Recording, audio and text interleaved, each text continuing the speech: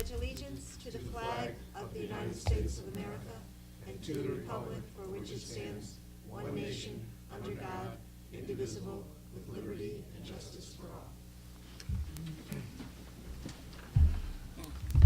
Next is a motion to accept the agenda as presented. So moved. Second. Seconded by Mike. All in favor? Aye. Mike, you seconded that, right? This is it. All in favor, aye. Opposed, motion carries. Approval of minutes from November 1, 2017. Even though you weren't here, I do need to have 4 votes to pass these minutes.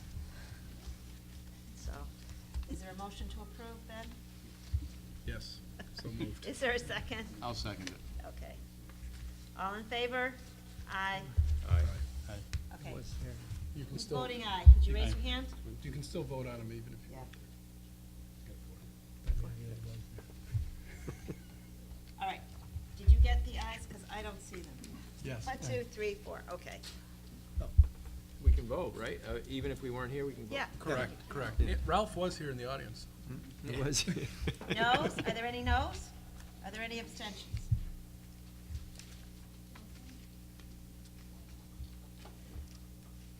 Why don't we do the vote again? I didn't think I could vote.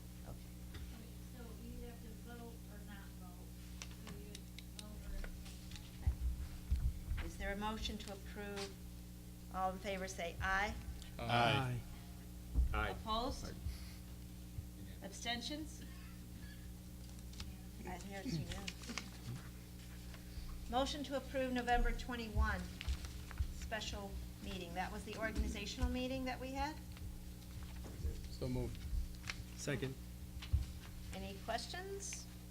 All in favor? Aye. Aye. Any opposed? Any abstentions? Motion carries unanimous. Under communications and correspondence, I wanted to tell everyone that we had a very, very special day for Megan Kasparowski, who was elected as the 2018 Connecticut's Kid Governor.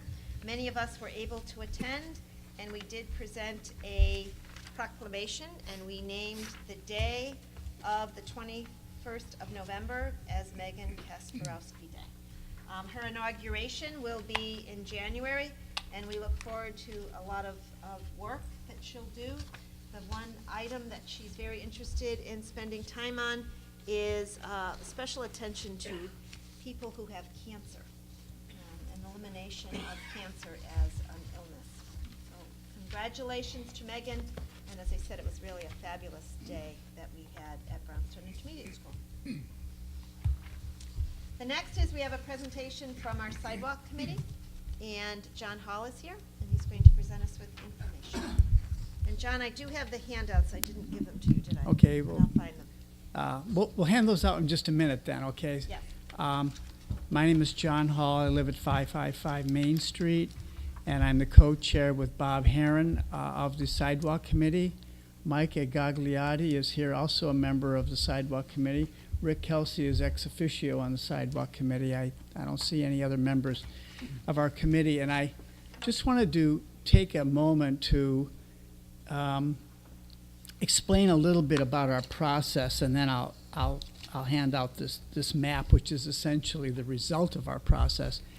We came together for the first time last May, and we had a list of all the streets that were candidates for sidewalk repairs by virtue of being within half a mile of a school.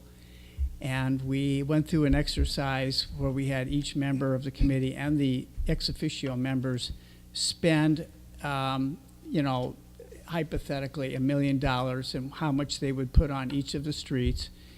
And we found that there were interests all over. I mean, there was very little consensus as to, literally the money was scattered far and wide. And so we went through a couple iterations of that process, and we found that there was a central part of the town where it wasn't everybody's first choice as to where to put the money, but it was an area that we could agree on was an obvious place, badly in need. And so I'll hand out this map.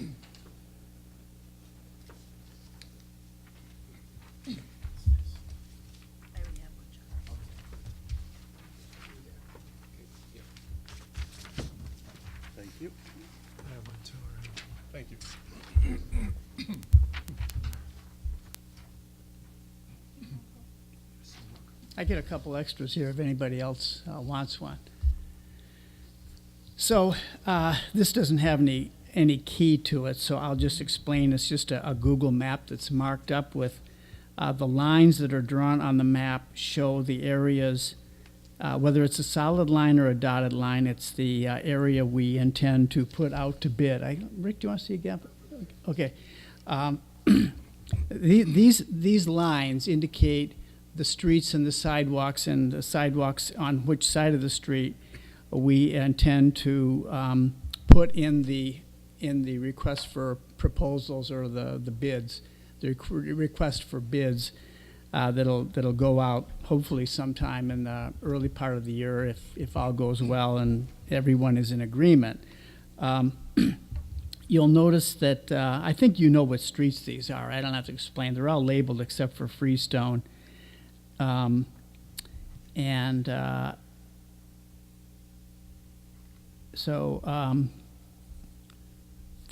dotted lines indicate sections of street that would be possibly taken out of the project if the bids came in too high.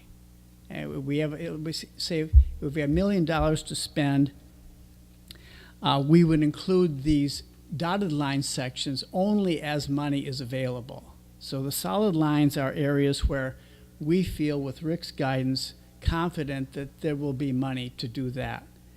The dotted lines that are numbered 1, 2, and 3 would be added back into the project or included in that priority. So the first priority for the ones we're not sure there's money to fund would be Waverly between East Main between Freestone and Waverly, as you see. The second priority would be the north side of Freestone between East Main and down to Cross. And then the third priority would be the rest of Waverly that goes on the east side of East Main. So that is really, that's our result. That's what we came up with. And as I said, this is what we could agree on. That was, these streets were not really controversial, or they were the least controversial. These streets are justifiable as being within half a mile of schools. There are streets on which there should be more foot traffic than others because of the high density of the residential neighborhood, although we haven't measured it. There's a proximity to the town buildings here. We're all in the kind of the central district between town hall and the library and churches and so on, school, and the conditions of the sidewalks. So one of the things we talked about some in the committee was, you know, should we just do spot section repairs, or should we replace a whole stretch of sidewalk, the entire street? And we batted back and forth on that. On these streets, they are so bad that they pretty much have to be replaced entirely. So we avoided that controversy by focusing on these streets. Main Street, I just want to add, was a street that there was a great deal of interest in putting this money into Main Street initially, but we had a different Board of Selectmen then, and we felt and had gotten the impression that the Board of Selectmen at that time was just not going to go for Main Street for the reason that it's a state road, and there were some people who felt that we should be waiting for or pressuring the state to do that. Personally, I don't think that's ever going to happen, but because of the controversy of it being a state road, we moved away from that one just because we wanted to make a proposal that we felt had a chance of actually getting done. Another issue that came up was the issue of removing sidewalks completely. And that was a point of great discussion in the committee. And that was, frankly, a reason why we had the hearing in October. And I think, I wasn't at that. I was out of town for that hearing. But the impression I got was that the public spoke loud and clear about that. They didn't want existing sidewalks removed. So that was something that we were able to determine as a community. Other issues we considered, and I just mention these because you're the ones now who have to deal with this recommendation, and where it's going to go from here, I don't know. But we discussed trees. I'm a great tree lover. I think trees, especially the large trees, add tremendous value to the beauty of a town and for the cooling of the homes. And so I was one, I'll confess, that spoke up in favor of any measure we could take to avoid taking down large, healthy trees. And so we got an arborist out there, and we had the arborist go and look at all the trees that might be in question. And I was a little surprised, frankly, to learn that many of these large trees were very old, dying, posed a hazard, and the arborist recommended that a number of them be taken down. I think there were about 14 trees total that were on the list of being concerned, and maybe about half of those, I can't remember exactly, or maybe 6 of them would not necessarily need to be taken down right away if no sidewalk work was being done. But on the others, if sidewalk work were being done, then that would be the time to take that tree down. So I just mentioned to you that these streets that we're proposing really don't present a lot of situations where large trees are going to have to be taken down or are going to present a real construction challenge. Do you think that's a fair statement? I think you got to pull back from 6 if you recommended to come down irregardless of those. That's right, yeah. Those have pretty much been taken. Yeah, And of the 14, the other, probably half of those would necessitate being taken down if the sidewalk was put in. yeah, okay. So there's a range of the situation of the trees, depending on the health of the tree and the situation with respect to sidewalk reconstruction. So that was a whole area of great concern. I think it remains an area that we should all be concerned about. Another thing that came up, and we couldn't resolve this, and part of the time we thought we should just not consider that, but in a way we had to consider it, is the question of the ordinance, the current sidewalk ordinance. That is not the purview of our committee, but what is done with the sidewalks is going to have to be involved with the ordinance in some way, because we're proposing to spend money on sidewalks that our current ordinance says is the responsibility of the property owner. So there's some issue there that's going to have to be dealt with. That's up to you to decide. I think, all of us in the sidewalk committee have feelings and opinions about that. I think at the hearing, from what I heard, there was support in the community for a cost-sharing mechanism. That is, the homeowners might not have to pay the total cost, and this money could be used to alleviate the cost to property owners. That gets very complicated because the bond ordinance language poses a challenge with respect to cost sharing. I just learned that just minutes before the meeting, so that's something that has to be dealt with. So there are many. We're giving you a recommendation in the form of this map, but it is a complicated situation, and all the questions aren't answered. And I think we all want to work with you and do the best we can to get we're delighted to be able to, foresee the improvement of our sidewalks, which are in terrible condition, have been neglected a long time, but we have some complications to deal with. So thank you very much. Any questions for John before he sits down? And this may be for Ben? Rick also, are all the dangerous trees, known danger trees, down? No. I could maybe add just a couple of Okay. things maybe, because we've done a little bit more since the committee's recommendation. Maybe if I could Yeah, sure. talk a little bit. One of the goals is to try to keep this process moving so that we can be in a good bidding climate. And we have been trying to do that since May. Is ideally, if we can bid a project out in January, February, we tend to probably gain 10% more or more than that, because you're hitting the contractors when they're looking for work rather than later on when they're not so interested, and the price is reflective of that. So we've tried to move this process so that we can be in a bidding climate for hopefully February, and we're doing pretty good. We kind of got back on track. I spent 2 days with the town engineer over the last 2 weeks, and we've got some pretty good data looking at the sidewalks that were recommended by the subcommittee. Now, that doesn't mean we kind of got ahead of ourselves a little bit to keep this thing moving. You folks may say, we're not interested in the recommendations. I think you would be. And I know there's some new members on the board, so we got $1 million.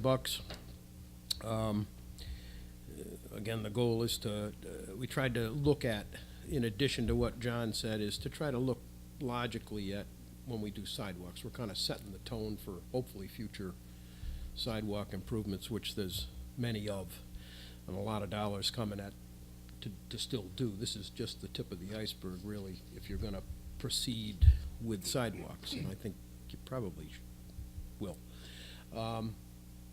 So we tried to look at a core center. You know, the center is a core, and we tried to look at connectivity. So if we did when we first started, there was a sidewalk here, a sidewalk there, and we kind of pulled it down and said, look, let's try to connect all these. So the logical approach, for any number of reasons, is this core that that the committee is recommending to you, for many other reasons. But in any case, so that's kind of a little bit of the reasoning. If we can do a section whole, for the most part, that I think makes some sense. So in any case, spent the steps were the committee's recommendation. We have a proposal from the town engineer, which is, I hope, pretty well locked in. It's a good proposal.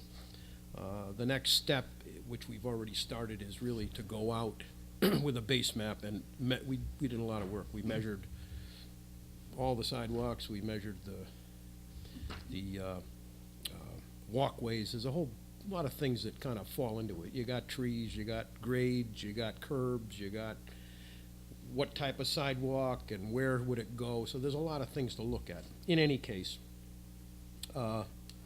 we now have some very good information. A couple things that I hadn't looked. I'd been kind of estimating this thing as we went along to try to at least get some idea of how much could we do. And basically the information we have is the final cost is probably going to be somewhere between 85 and 125. I don't know, that's a broad range, but that's about where they fall based on other towns' projects, our recent projects, et cetera. So we looked at that, which kind of gives us a maximum lineal footage that we can do. We kind of applied that to those streets that seemed the most logical, and we had consensus on. And what you see is kind of what we came up with. And what we typically do with projects like this is when we create a bid, we actually usually overshoot a little bit and set the bid up with deductive alternates. I've talked about this before, so we can make sure we hit our mark and not exceed it. So in other words, what we did when we looked at sidewalks, we actually looked at a little more than the committee recommended. For example, we came a little farther up East Main, and I actually looked all the way to Spring Street, being a little bit optimistic, so the next step really is, if you folks are in general agreement, is to proceed with the design. We've got a lot of the information. We've identified footages right down to the pretty close. So as we work on the design of these things, we ran into a number of issues.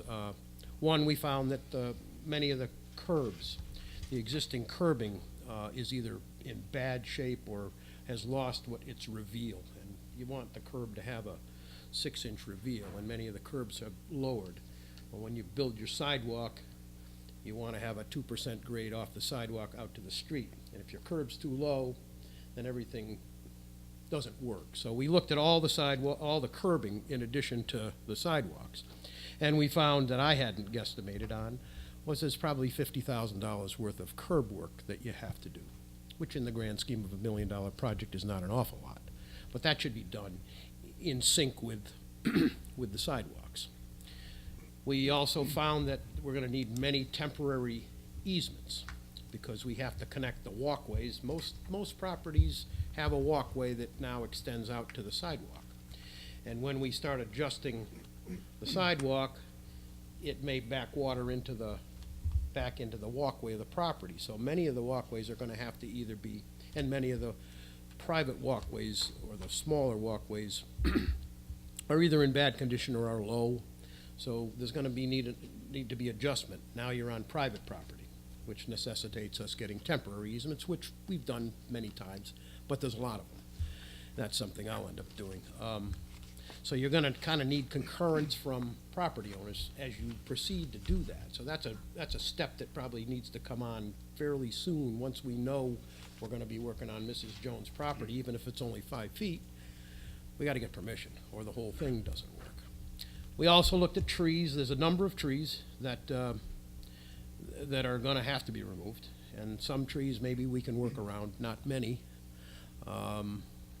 Fortunately, we had the arborist. She identified about 14 or 15 trees. 6 have already been, 5 have been taken down, 1 remains. Those are trees, she said, irregardless of sidewalks, take them down.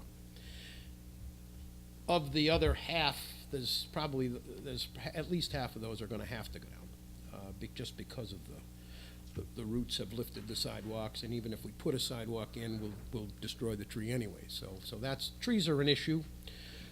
Curbs are an issue. Grading onto private properties are an issue. Nothing major. We didn't find anything unexpected necessarily. But if you did those sidewalks, and I did a rough estimate using the numbers we've been using of what we looked at, which is identified in the committee, you're at about $1,060,000. Now that's very, very approximate. Very approximate. I could be off 20% one way or the other. So if I'm an optimist, maybe we can do a little bit more, and I tend to think we might be able to. The other oddball thing here is Spring Street. Spring Street, the lower part of Spring Street between East Main and Main Street, is part of the reconstruction of Spring Street. But the sidewalk portion on the lower portion is monies, it's about $140,000 that's got to come out of the sidewalk $1 million. The other sidewalks on the upper portion are really part of the water main project and the reconstruction, and those dollars will come from the road reconstruction money. So I would ask if anything you've heard from either John or the recommendations or anything doesn't seem at all right, or you want to not do that, let us know now, because we'll not proceed with the design. Like I say, we're kind of moving ahead to get this thing going. That's where we're at. Go ahead. Sorry. Go ahead, you go first. Things like in front of the church, Yep. obviously that's extremely wide, that's in good shape. Are we skipping that? 1,500, there's many sections, primarily there's 1,500 feet, I believe, and I'm winging it, on freestone that is in good condition that would not be replaced. So I wanted to clarify that. Thank you for asking. What we looked at for replacement or improvement are those sections that are unsafe ADA-wise, have too big of lips, are in just bad condition, wherever possible. And we didn't want to get into 90% of it is great, and you got a 15-foot piece here that's good. We're not trying to save little teeny pieces, because it's really not in the grand scheme of things the way you would do things. So we tried to save sidewalks. For example, the church down in front of the bank, library's good. So we saved a lot. 1,500 feet of freestone I think we saved. There's some other sections. Waverly, there's really none of it that was good. Fairview, which we just did. You're right. Fairview, most of it's got to go. Spring on the lower section's got to go. And So- you may not know the answer Go to ahead. this one. The way the bond question was written, I notice some of these are new sidewalks proposed that aren't there. Very, very little of it. Well, Very little of it. But the Along- only new along- sidewalks, Ben, and I'll just clarify because yeah, I'm familiar Freestone, with at the it. end of Freestone and on High Street. Correct. which it's gotta be 400 feet of new. What I'm getting at is. Yes, go ahead. I don't know how, I would like to see how it was worded. Was it worded for repair, or was it worded for, Maybe Tom has the answer. No, John has. for construction? Because they are two different, and we just have to make sure we're following what the Yep, language. yep. So we, you mentioned, let's not go down a road. Absolutely. Let's talk about it now, to make sure that we have the voters' permission. Good question. Well, I was disappointed to read this, actually. Let's see, where is it?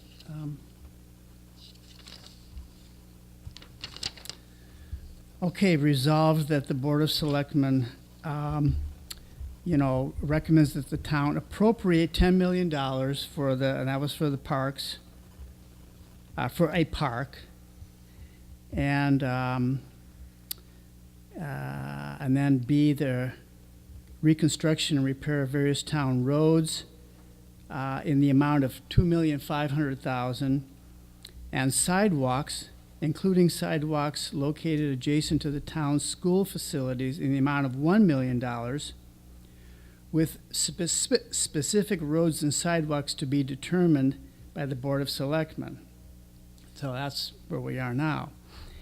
And C, miscellaneous capital expenditures for replacement of or repair of roofs, repair to roofs, windows, condensing units, and furnaces in town building in the amount of $500,000.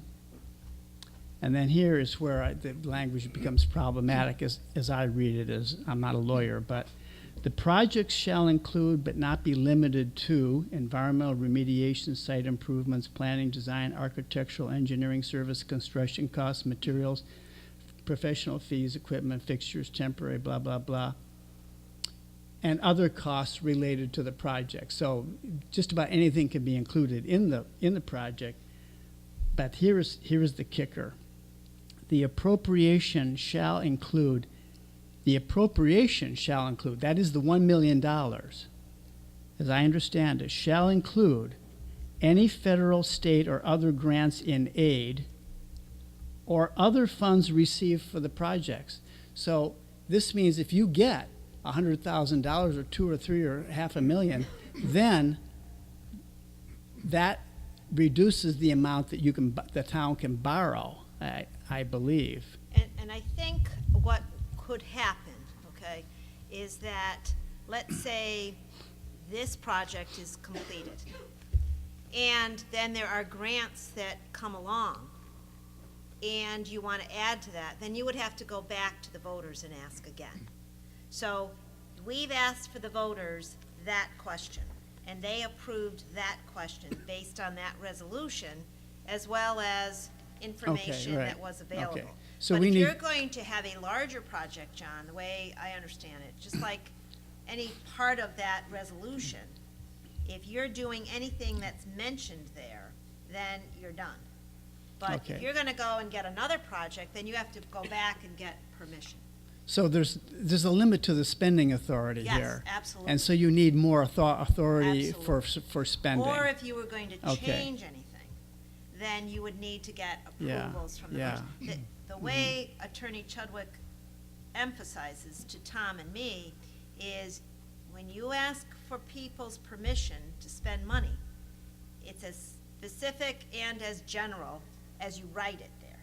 So in terms of the park, for example, there's certain kinds of improvements that are in that resolution. If you go and get a grant for some of that, let's say you got a grant for $400,000 to do something on that aspect of this bond, then that comes off of what you need to get indebted for. The total amount is 10 million, and it's divided up by the $500,000 for the miscellaneous items that are listed, the 1 million for sidewalks, the 2.5 million for roads, and then the 6 million for the park improvements. I guess I don't understand why these bond council, that we pay an enormous amount of money to write this stuff, puts this next sentence in here. I know this has been an issue in many other towns, and other towns have not put this in there to limit the spending authority. They only limit the borrowing authority. But this is the sentence that I think, I don't know why it's in there. The amount authorized to be expended for each project shall not exceed the amount set forth in this resolution. I don't know why it says that, but I wasn't asked to write it, I wasn't asked to comment on it, but just as a citizen, that's my feeling about that. So that raises another complication for the project, so we gotta deal with that. If I may, Susan. I don't think Yeah. that answered your question, did it, Ben? Basically, I have a few outstanding Doesn't questions. say anything, but, well, your question, Ben, if we could repeat it, was, can we build a new sidewalk? It didn't differentiate from what I remember reading and from what I just heard John say, anything about new. Right. Yeah. What I'd want to do is, I have a few questions and I think they're all legal. Number one, do we have the authority to put in new? Which I'd want to get that answered, so if we could check that, Susan. Number Yep, two, sure. is it legal to then put a sidewalk on someone's frontage that doesn't have it now? Because you're putting an encumbrance in front of their property that they didn't have on their deed before. How do we go about it? What's the legalities? So I'd want an answer on how we go about it. I'm sure there's a process. And then the third thing is, if we then choose to do that on the ones that do not currently have one, do they have to maintain it? Because their deed doesn't require them like everybody else in town that already had it. So those would be the three legal questions I'd want answers to before we go down the road. And I'm so glad you're saving 1,500 feet. Well, I can tell you this, is if Yeah. you cannot, if the answer comes that you can't do new, that's easy. We just take that out of the project, it's 500 feet, easy, comes out. Maybe comes from something else. Yeah. As far as if you can't go on to, if the monies don't cover connection of the replacement sidewalk to the existing walkway, stop right now. You're all done.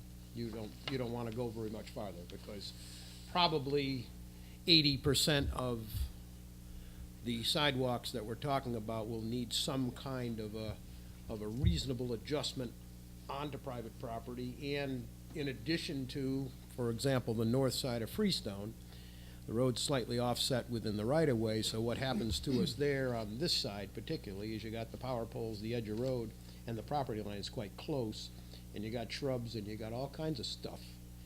And for us to even begin to have a contractor set his forms to put the sidewalk in, I'm gonna need temporary easements, probably a few feet onto the property. So if those things are, you could probably forget the north side of Freestone, which personally would be okay, because it's a very difficult section grading-wise. So that's a big one. If the project, and it would be hard for me to believe that, and shame on the bond council if it doesn't include adjustments to be made, so, and it may very well, then you might stop. Well, that's what, yeah. So, but again, the hope is here is that we don't stop. Tom, exactly. Tom wants to make a comment. Go ahead. One, when you do a capital project, a resolution is put in place where you take capital authorization. You, the voters, we give us, the workers, to get a capital authorization to run a project. So that's why there is a cap on the authorization of spending. You obtain authorization by the voters to say, this is how much you guys want us to spend on a project. And you get, as well as you get that, you get authorization to bond the whole amount, which would include your bond costs, your bonding costs, your interest costs, your financial advisor costs, all of your work on your project, all that. So that's the reason why there's an authorization limit. The limit is to tell us, hey, you got to stop, because this is what everybody approved. When they came out here, the Board of Selectmen, the voters said, you got $10 million we're going to give you. You can go out and bond it and do whatever. That's where there's capital authorization. That's why they're allocated. The authorizations do kind of skew within the individual authorizations. So if somehow you saved $20,000 on sidewalks, there is an ability to go back and say, to come back in front of the board and say, okay, move the 20,000 to roads, if that's what you were going to do. But it's a very minuscule amount of movement authorization that they allow you. I would think that sidewalks, based on the way that was written, it was sidewalks. You put a sidewalk in on the roads that are determined by the town, so a sidewalk's a sidewalk. The other stuff is just the legality of the town attorney and what Rick does with easements and things like that. That would have anything to do with the bond council approval about going to people's houses and stuff. That's just saying, here it is. You you know, if we know there's a flaw there, then I would think with our town attorneys, we would need to make sure there's a change into whatever the legality component of that is. But it wouldn't have really anything to do with bond counsel. So it's just, I mean, the authorizations are the authorization. I think you're able to do the sidewalks as you want. We can follow up with Bruce on that, but that shouldn't be a problem. And the capital authorization is the global totality. And then any of the other easement things I would think are a land use question that we would. Tom, yeah, Tom, for clarification. Yes. Susan, if I may. Go ahead. In certain cases, we're gonna be putting a new sidewalk right up to their front steps. In order to get the grades right, we will, on certain ones, and I looked at it today, certain ones, it's not just the town sidewalk, certain ones, we are going to have to put a walk on private property. Those are the questions. So it's not just a formality, there's a cost. We have to make sure we can use the bond money to go outside of the sidewalk area. That, I wanna just make sure we're dotting our i's, crossing our No, t's. that's In no way am I trying to put a wrench in this, I just wanna make sure we're getting it right. Well, there's a lot of wrenches, and Well, it's not just you. no, You're- exactly, You're pointing yeah. out things We that, need- right. this is why it Yeah. hasn't been done for 30, 40, 50 And we can years. fix any of this, whatever we have to do, there's a way to fix it, but the point is, I just wanna make sure, there is going to be, and I think Rick did a nice job, there's gonna be certain things that we're going well outside of it, I and we definitely need can to, go, and you we definitely have go to, through and the, that's okay, I but we know, need to get it right. Right. the driveways and things of that nature, that's Right. all. Yeah. So all you're that saying stuff. going all the way up a, Well, up a, some of them, if you're creating a pond in the front yard, we are going to be then walkwaying them all the way out and filling in the front yard to get the pond back out of it. We cannot dam up some of these, and some of them we are going to, correct, Rick? Correct. Unless you work with the homeowner. Right. And there's a cooperative spirit, and they do their property, Sure, and the town does their property. sure, but I just wanted to point out that there may be additional things, and we really gotta get this right. We can't be wrong. If I could, I didn't mean to complicate it. This is, getting temporary easements on projects such as these and road projects is not uncommon at all. It's a very common process, and it happens because it has to happen. You can't typically stay, unless you're building new, you never, I've done them time and time again. It's not a big process. We have a standard temporary easement that we'll let the town attorney look at. It's a common, I would be amazed if the bond counsel said you legally can't do that. It's not the case. But you should get a ruling on that. But yes, a few of them, yes, we're gonna have to go back. Some of them, we don't have to do anything. It just so happens that the existing walkway meets the new sidewalk.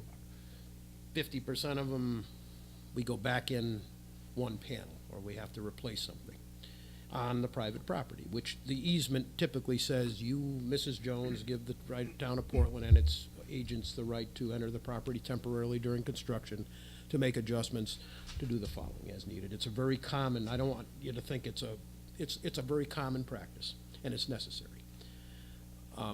So, kind of aside from those things, which are very good points, again, if you, the board, are not in general agreement, you need to please tell me, because we'll stop.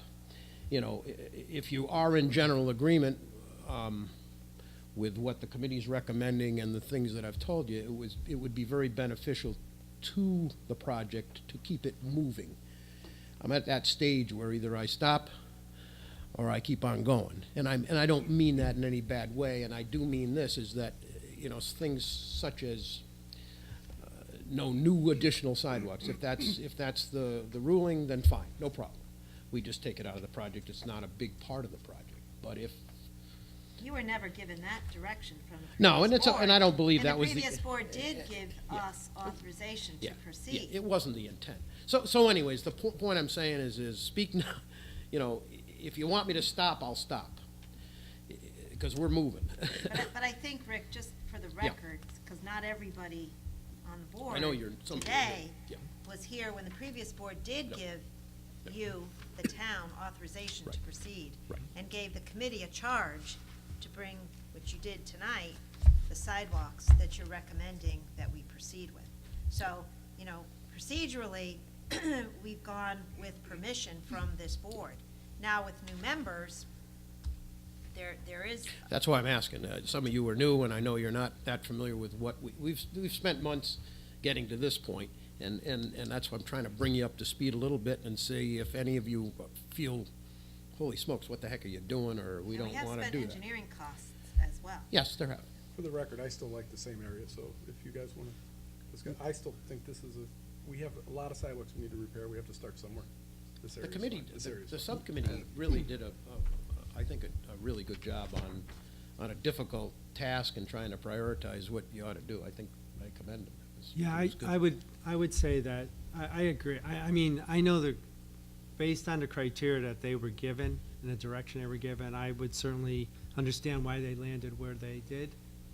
So from my standpoint, I mean, I have kept track of what's been going on with the sidewalks, and I thought that that's a representative selection of sidewalks.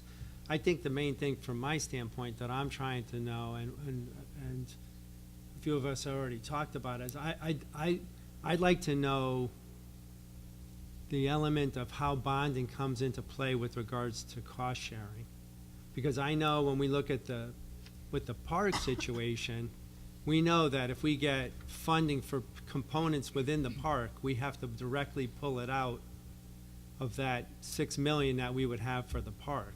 So from a standpoint of a sidewalk, I need to know the same thing. If we have a cost-sharing situation, I don't want to know that cost-sharing means we're not going to end up with $1 million later on. We're going to have less money because the cost-sharing made us pull out money out of that bond. I wouldn't want that to, and that's one of the questions that I have. I know enough to be dangerous on that, as most anything else I do, is, I don't foresee any grant monies coming in for this. I mean, again, this project is moving, so I mean, this project will be being worked on probably, hopefully in the spring. And I'm not familiar with any outside grants. Now, Well, I'm not- the cost yeah. sharing, Cost with, sharing. whatever you come up with the ordinance, I agree, but I think, again, what little I know is the voters of the town allocated $1 million to be spent of the general taxpayers' money on sidewalks. So I would think there's a mechanism, if you, the board, hopefully come up with an ordinance, and let's say it involves cost sharing of some sort, and I hope it does, because I don't know as generally you got the dough to do $7 or $8 more million, which is what you need. You know, maybe there's a means, I'm sure there's a lot smarter minds with the attorneys to take that money and apply it possibly in another way. But I believe you have $1 million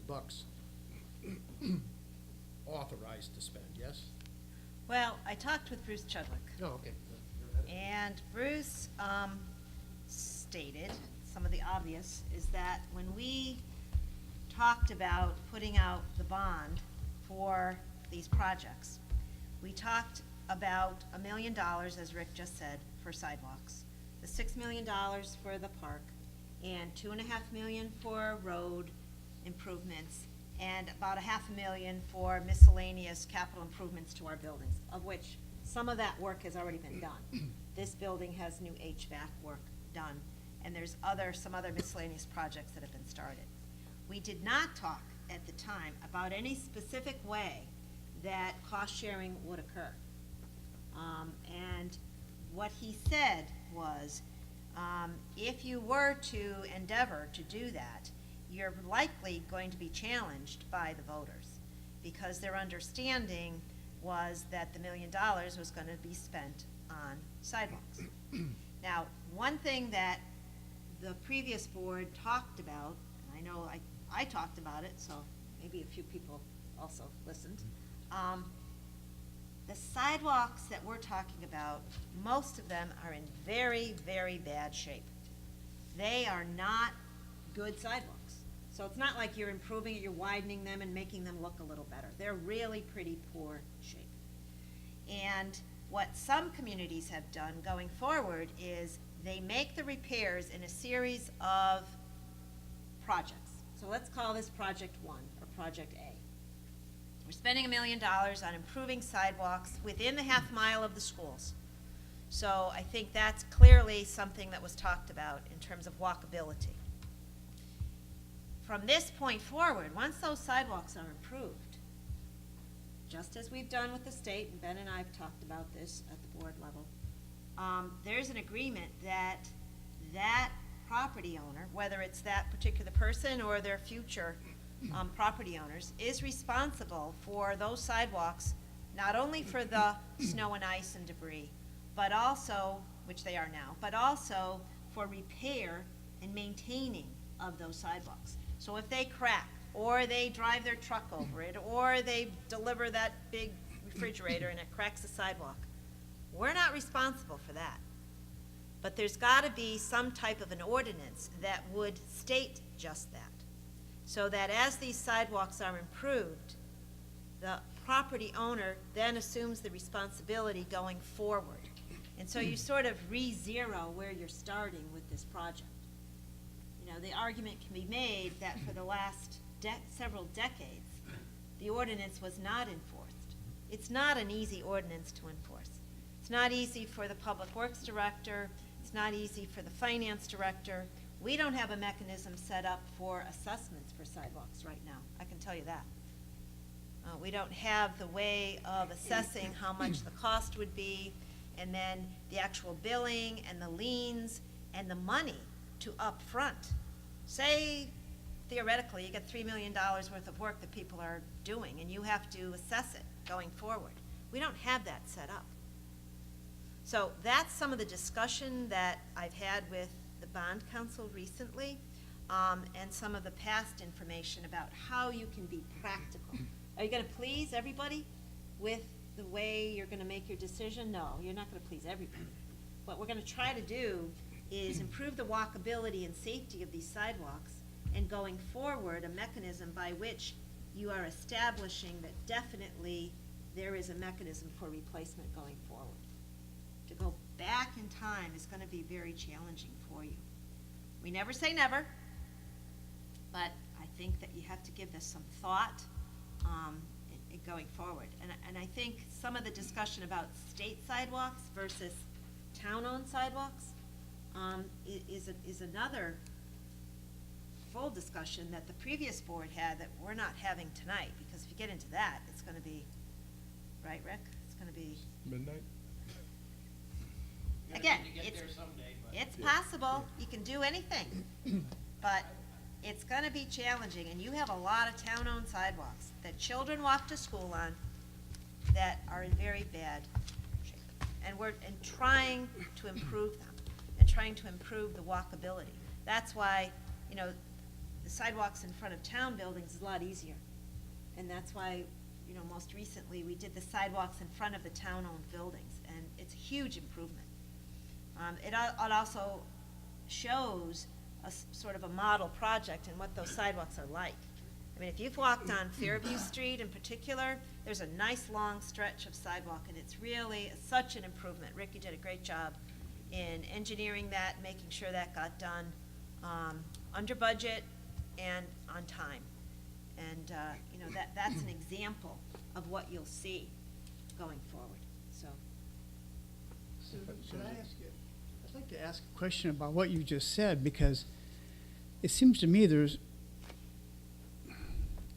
a kind of a contradiction, not necessarily a logical contradiction, but if we, and I hesitate to even say this because it muddies the water further perhaps, but Okay. if the town went out and just repaired someone's sidewalk in front of their house and didn't ask them to share that cost at all, then isn't the town, by that, almost making a commitment to do that to the next house and the next house? But, now, if I'm understanding your question, we have authorization from the voters to spend $1 million on sidewalks.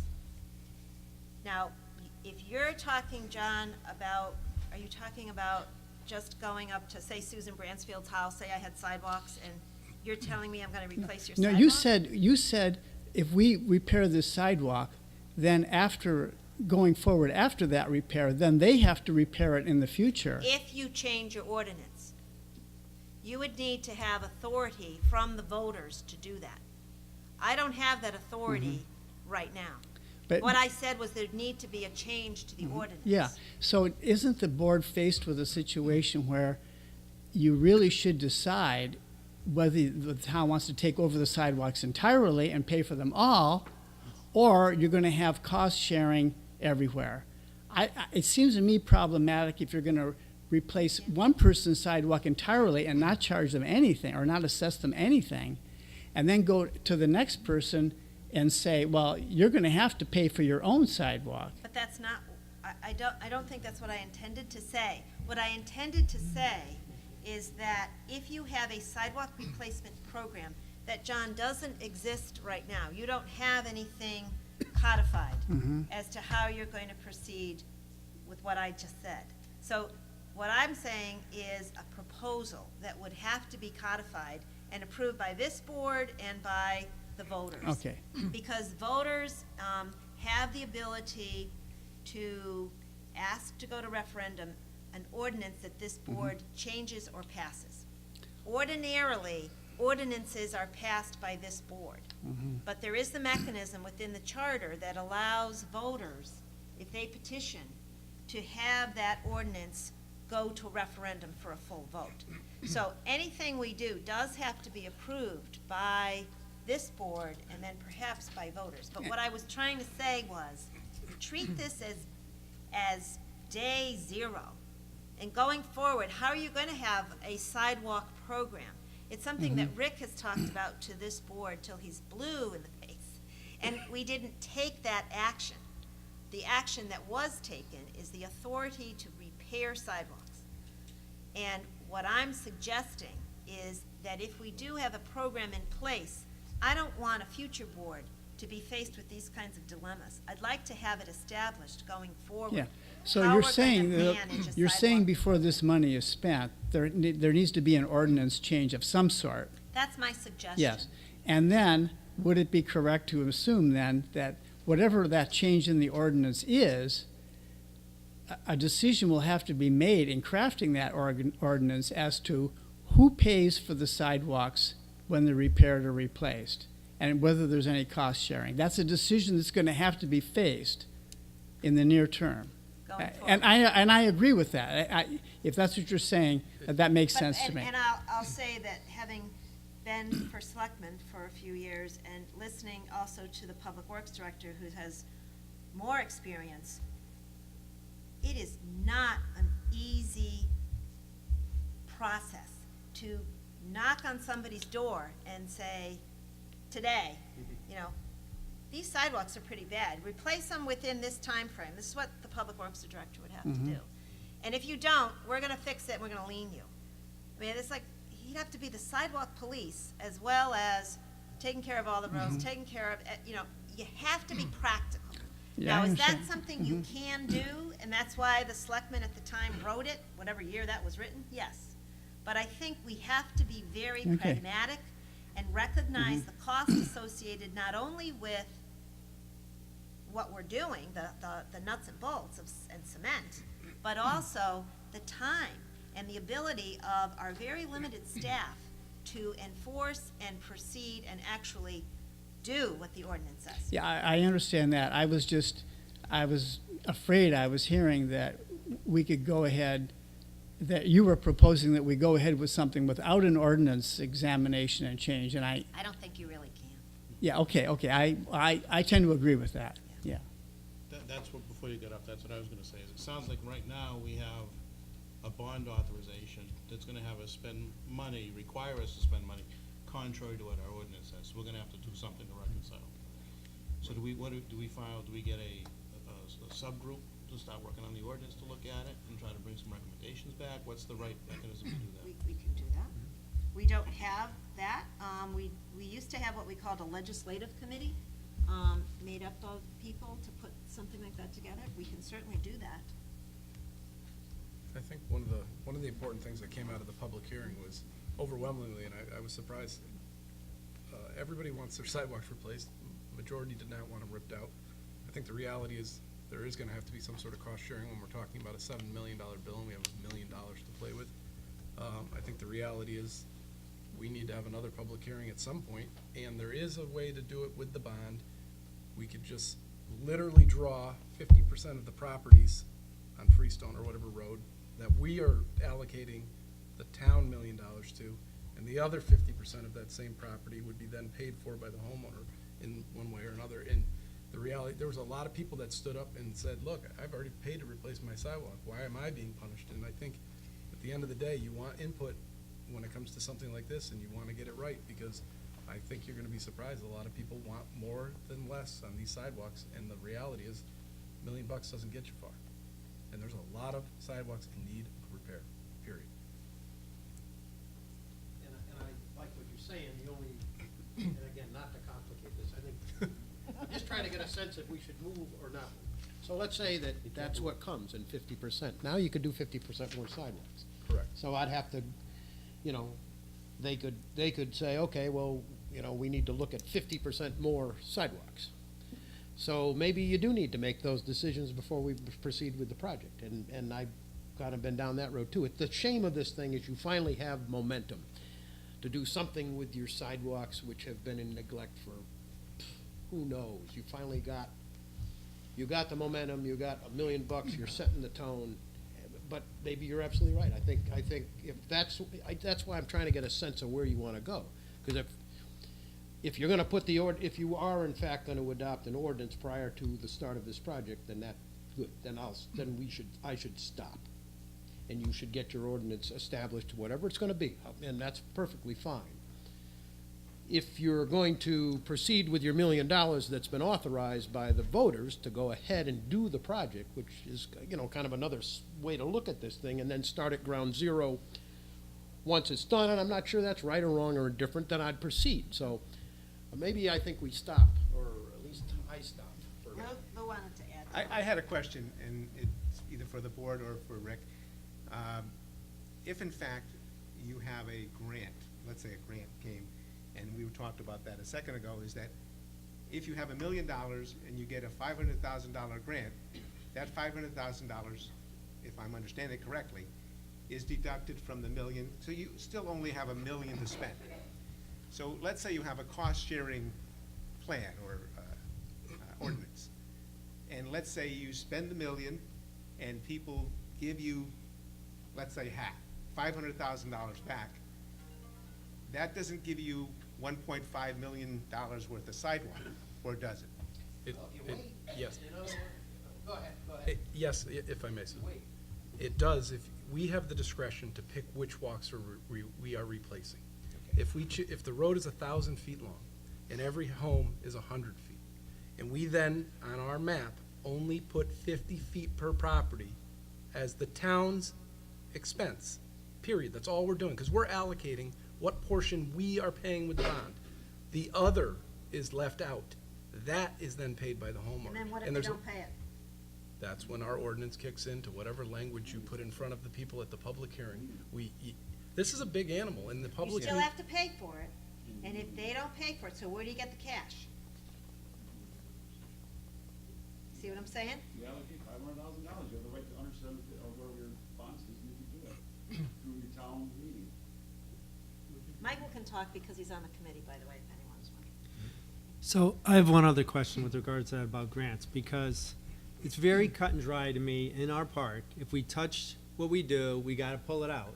But if we, as a board, designate, say, for instance, the roads here are designated to be done, and then we get grant money that we can use on roads and sidewalks, and we designate another location, I don't see why that has to come out of the money. Another project. Because we've identified, it would have to be another project. I mean, that's why it's clear, we should identify the sidewalks quickly, so that if grant money comes along, we don't Yes. lose it. Yes, absolutely. Because we do have a grant application out there, whether or not it's ever gonna get funded, I don't know. But we do have it out there, and it's really to, Rick, wasn't it more on Main Street? It's the Yeah. Main Street portion that we considered, that the subcommittee considered and said, don't do Right, it. 'cause right. it's We state do have a policy. request out, but that would be considered a separate project, particularly if you do identify what Project A is. So I think you do want to at least get there, identify Project A, because there's gonna be A to Z, right, Michael, going forward. Let's get Yep. this over quick here. We got 9 All right. We talked with the committee. Our current phase of the projects now is the town-owned sidewalks we've been fixing, town properties. This is gonna be phase one. It's $1 million project. We earmark the roads we'd like to see done. The committee will come up with phase 2 and phase 3. If you recall, you had Rick do a study of sidewalks needing repair within a half mile of the schools, and it was $3.5 million. The board, through the question, only funded 30% of it. So we're already way behind. So any grants or anything else, it's gonna be a different phase. This is phase 1, let's get it done. Like Rick says, we're trying to get out to a bidding process so we can get a better price on this. So let's not get hung up on all this stuff. The ordinance is your deal. I kind of agree with Ben. It should be a 50-50 split. So we can, that's an argument for yourselves. But, I think the voters should decide for the record. Yeah. I was just putting it out there. well, it's a good idea to bring it up and have it out there. You're right, Ben, yes, I agree. Yeah. But the committee will come up with phase 2 and phase 3 for you. Some of it may small money, we might be budgeted through the budget process through the year. It could be $200,000 to $300,000 down by Gildersleeve School. Because don't forget, we got the other schools we didn't even come near. And then it's $1 million just for Main Street or more. And we're gonna come up with a process for you to have and fund as needed. I know the times are tough. So it's gonna be an ongoing process. So, phase 2 could be Main Street. Correct. Why isn't it phase 1? Why isn't it phase 1? I didn't think it was needed right now. Okay. We Not as decided, bad, or- The reason I mention that is that it is connected to two schools, true. 2 firehouses, a post office, 4 churches. A portion of it wasn't in the middle, correct? They didn't meet the half mile? The main reason that the subcommittee and your previous, this goes back to previous boards. Right. Previous boards were very adamant that they did not, many members were adamant they did not want to Address take it. on a state-owned sidewalk, and it's very good. The subcommittee looked at it a little bit differently, but kind of in the same light, that what they knew of the previous board is that it was unlikely that that board would have approved improvements to a sidewalk on a state road.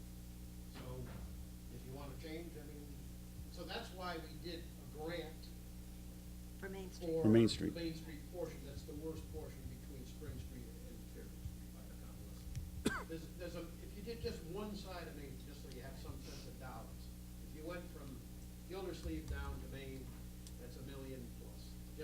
Just that one side. Gildersleeve to where, Rick? You went from the Post start office. down at what I consider the east of the end, which would be down in the Gildersleeve area below, like Edgewood, and you came all the way back into the post office. Okay, It's that's $1.5 million and a half. Just that. You only got $1 million bucks allocated. So just to get an order of a sense of You have no- dollars. So, And the Well, other, yes. okay, go Rick. You, well, he hasn't spoken yet. question about this state, sidewalks along the state road. So did the previous board or somebody talk about trying to get some money from the state or somewhere to do that? Or, Over the years, I just, 2 weeks ago, I had to go to a court case of somebody got hurt on Main Street. So I ended up in court, you had the state and the town as defendants, and it's a crapshoot. And what we've gone down this, we've been here on the overlay, for example, where we tried to do an improvement on Main Street. It's in the state right away. We went to the state and said, hey, you haven't done anything to this in forever. It needs to be improved. No, we're not spending any money on that. That's not considered part of the roadway. Sidewalks is the same issue. And when it gets to legality, they cite, the law is however you want to interpret it. So there's been liability in the past that I think has fallen to the state. I'm not aware that the town has has paid on that. So this, do you want to take over? But I truly believe in my heart that you're not going to see the state step up to the plate and improve those sidewalks. I don't see it. so when you went to court on this Yep, fall, I don't know how it, sidewalk, it's still in process, I don't know how But it ends, you're- but I do know that the state of Connecticut was sitting on the table, on the They other were side of there the too? table. Okay. Sure. So it's a very gray and it's a very complicated issue. Again, it's all how you want to interpret the law, but What we've gotten in the past, and Rick worked on this project, was the sidewalks from the Aragoni Bridge to the intersection with 66 East was paid for with federal and state grant money. But when we signed the paperwork for the acceptance of that grant, we also signed that going forward, we would maintain and replace those sidewalks in that section. Down that section. Yep. So they took really bad sidewalks. Those sidewalks were probably some of the worst in the town, in certain sections. And those were replaced using federal and state dollars. So that's why I'm using an analogy, that if we do that for very bad sidewalks in our neighborhoods, that, on the streets that we own, however you wanna do that, going forward, the full responsibility will be the property owner to that Well, sidewalk. don't we already have an ordinance that says that, but we don't enforce it? Well, what it Or- what it says is that we identify broken sidewalks or sidewalks in need of repair, and then they have to be done. But we have not enforced Enforced it. that. So my proposal is that, as I think someone mentioned, maybe a subcommittee does look at this, and they determine how they want to amend the ordinance in the easiest way possible. And when I mentioned this to Mr. Chudwick, he said that is something that you could probably do relatively simply. I mean, my goal is to get these sidewalks improved. And if you put too many roadblocks and too many complications, you're gonna be looking at, not 2018. You're gonna be looking at something else, I think. And that's not our goal. Our goal is to improve our sidewalks, so. Is it fair to Keep our say- goal in mind. Is it fair to say too that if we, like with the park, right, if we were to get a grant to come in, and impact an area that we're planning to do with the bond money, we'd have to deduct it. So right now, if we're looking at doing these roads as the recommended roads, and we have a grant request in for Main Street, we wouldn't wanna shift the bond to Main Street, cause then we'd have the grant competing with the bond funds for Main Street. Right, we'd probably be better off than seeing what happens with the grant in that case. And just so everybody hears it, like I said before, that agreement by the bridge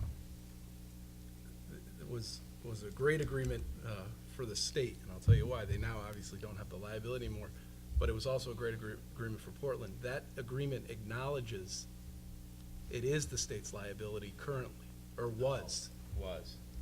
In that portion, they gave it to us. They haven't given us any other portions. So them having the ability to give us that proves it's their liability, So we could challenge them. and would win, Okay. That agreement was crystal clear that they gave us now, we have to repair it from here on out and maintain it. No. That's fine. No. That acknowledges they had the That- right to that's- give it away. That's not right. It is right. No, it's not. It's not Correct. right. Okay. In the Office of Legislative Research. Yep. It says the state the state can do whatever they want on the road. If they put in a 3-lane, or a 2-lane road, or it's 4-lane road, on Main Street all the way to Gildersleeve, then they would have to replace the sidewalk. So then how did they That's- have the legal right to give us the authority to then work on that if you're saying they didn't have it Well, legislatively? that may have been a different case, but right now, in the research that you read in the legislative statutes, So then you're saying it says that the municipality is responsible for the sidewalks, along with the abutters. Then how did the state put us into that agreement? I don't know how Is there that something in there agreement. about You the know what, bridge? why Oh, don't? no, I know. Okay. I know, because there is another statement in the statute that says any sidewalk that abuts a major bridge has to be taken care of by the state. So that's the only exception. How far does the There word are some abut other go? documents that Rick has, I think, on this issue too, that we'll share with the committee. Do you wanna form a 3-member group here, or not? What do you wanna do? I think we should. Yeah. I would recommend it. My office will work with you, certainly. Yeah. And if it's, okay, who's I'll be volunteering? on it. volunteer. I'll work on it. Right, so we have Lou, Mike, and Jim. This is to do what? No. What kind of legislative sidewalk? The ordinance. The state. The ordinance. Yeah. You're gonna meet tomorrow, at what time? Be no more than 3. Otherwise. If there's 4, then you just notice it as a meeting, that's all. No, you can. No, just, that's all right. Huh? What we do typically is we'll notice it as a committee, and then we'll say if 4 members come, it's a full board of selectmen, so that if there's a notice out there, and you're not precluded from attending.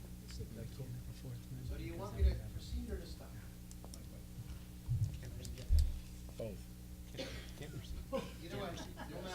I think in You don't some have an form we're ordinance. moving forward, right, Sue? What's that? We are moving forward with that area. We're just trying to figure out the little nitty gritty. I think we can't stop the momentum. We need to get it out to bid, but there is a lot of little things. But I think in the short future, to save time, we should have another public hearing soon and get the input from the resident, literally, at the next, that's our next big Let's step. talk about how far along you are, Rick. I would suggest that, if I proceed, my goal is to have, the subcommittee's next meeting, which would be January, right? John, your next meeting? Which would be 1st of January. My goal is to come in with a plan, preliminary plan that shows pretty much, at that point, I'd pretty much know where I'd need temporary easements. I would be in pretty good shape. Then you'd have something. You'd actually have presentation boards. I would recommend that if you are gonna have a public hearing, if you have it without, I think you'll have just another kind of a all over the place thing, which is good. We got a lot of information, but I think if you wait till after, say, the middle of January, I'd have some good stuff. You need a plan, I think, for the next Yeah. hearing.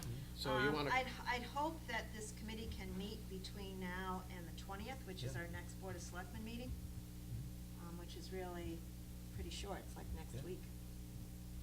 We can do it next week. And I will be there, so I'll notice it as a meeting, because you're gonna need to have some support, I think, in terms of the ability to, yeah. Set up a time. date. Mhm. Okay. Thank you, John. I don't know if it help or not. It's all We good. got the streets identified for possible, Did you have a question, Mr. Mill? I had a question for Rick. Rick? On Spring Street north side, Yep. I thought I heard you say something that's part of a water main project and not, Just to give you just a real quick, so it has been decided, the project is Spring Street. The easterly portion from East Main to High Street has been subject to real bad water main breaks. It has an asbestos main. So the decision was made by the board Oh, yeah, that line should go over there. to proceed with a total reconstruction and replacement, reconstruct the road and replace the water main between East Main and High Street. On the lower portion, which would be this is along Spring? all of Spring, so Spring Okay. Street from High Street to East Main will be totally reconstructed, you won't recognize it, That- fortunately. But that's not part of, And that's part of that's a road reconstruction project. okay. That's Rick, out of the 2.5 million. Go I ahead. think Okay. I think our I'm sorry. maps are wrong, Rick. You I- wanna just clarify this? I don't on the even, map? I haven't even seen the map, I don't Right. need to see Yeah, the I map. guess- If you just, so Spring Confusing. Street, so Okay. Spring Street, Yeah. All right. It goes I'm on gonna the draw it some in. High Street, just, you know Spring Street, from Yeah. High Street to East But Main this is the Street whole portion they're paying, will be part of the road project. reconstructed totally, and the This water is- main will be One at a replaced, time, please. and the monies will come from the road reconstruction bond monies, correct? Okay. The lower portion, what I consider the lower portion, which is from East Main to Main Street, will be part of the portion of the road, and we're not gonna get into full-blown reconstruction, because it's not necessarily, and we're not gonna replace sewer or water lines.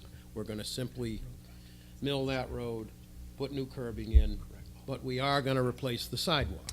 So the sidewalk part, which is $140,000 worth of Yeah. that road reconstruction, will come from the $1 million bond monies. Oh, so that 140 for the north side of Spring Street between Main and There you go. East Main is coming from From this from your $1 fund. million. Okay. So that, I mean, it doesn't reduce anything, it's sidewalk Alright. improvements. And while Rick's not looking at the map, Rick Shar, Yeah. from that dark line going east to High Street, that's part of the road project.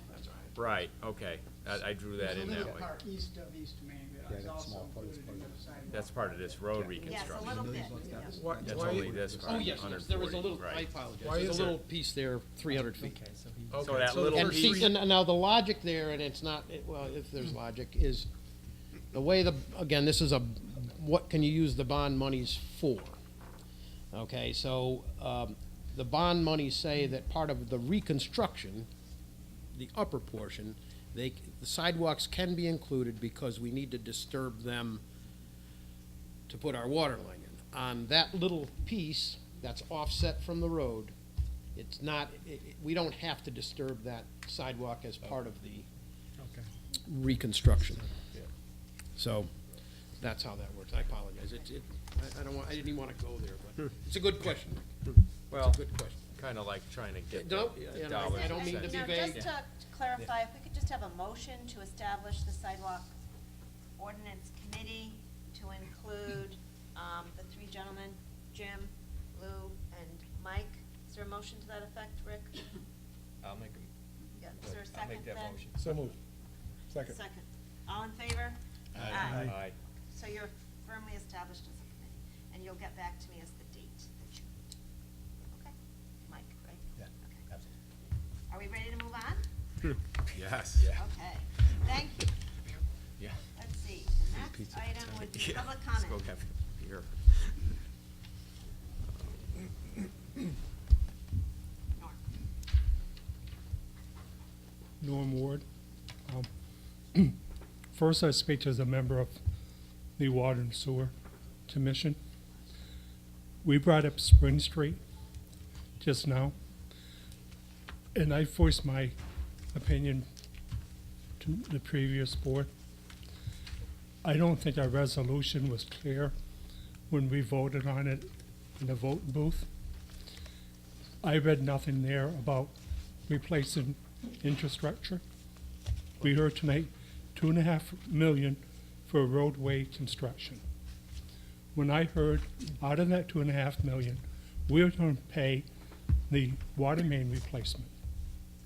Why are we paying for a water main replacement out of general taxpayers' money?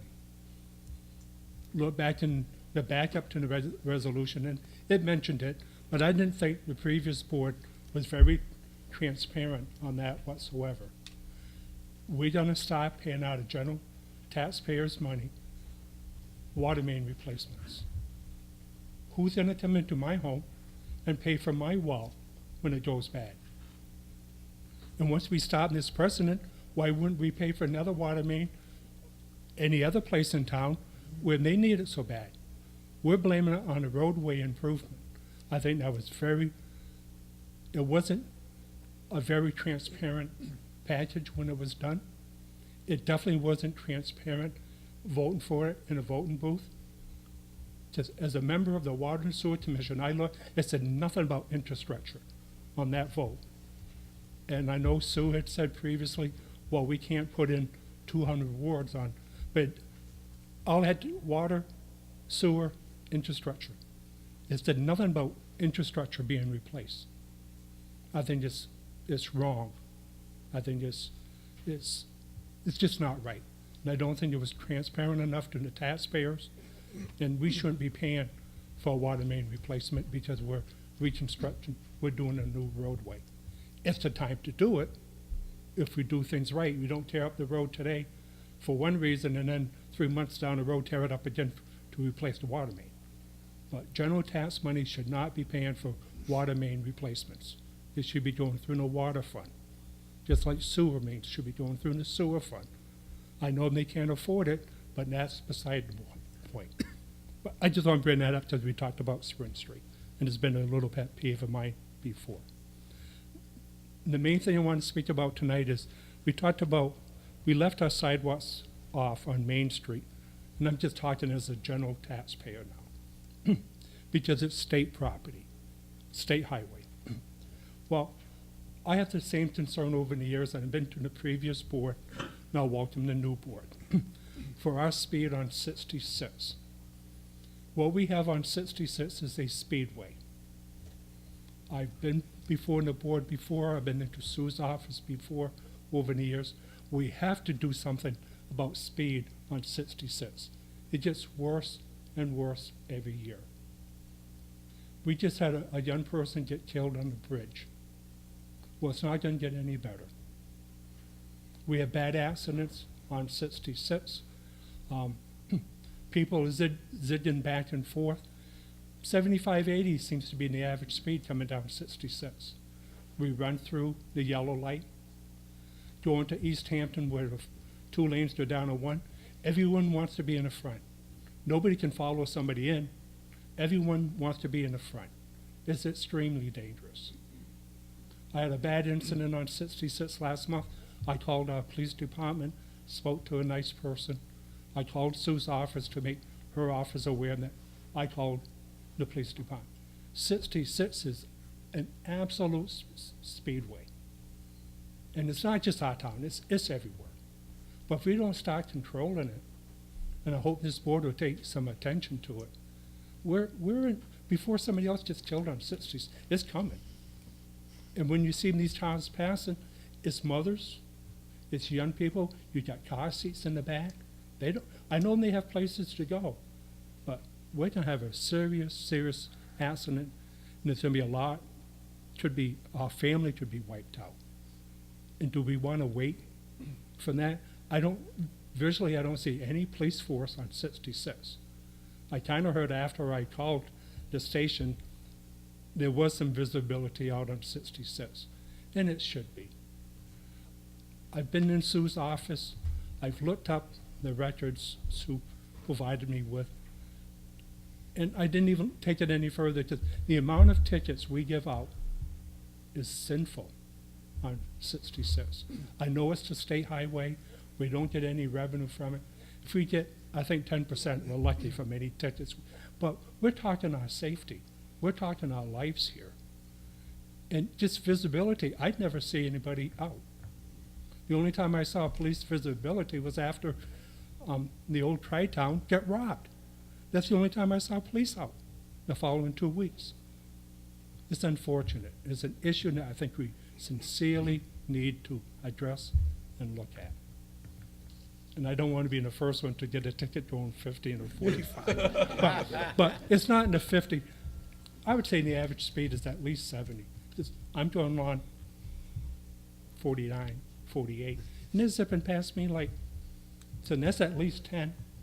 It's just, and they're running the lights. And that seems to be more prevalent in the last year. People are running the lights, so they don't even try to stop. Thank you. Thank you.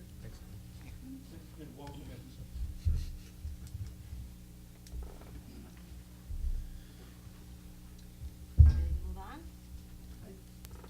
I just wanted to make a comment in favor. I didn't know the Sustainable CT program was going to be on the agenda. I don't know if anyone is here to present on that. It's a great program. When it comes up for a vote, I'd be happy to answer any questions about it. That'd be But good, yeah. it's an Stick excellent around. program. I won't take up the time to explain it in case you already know. Thank you.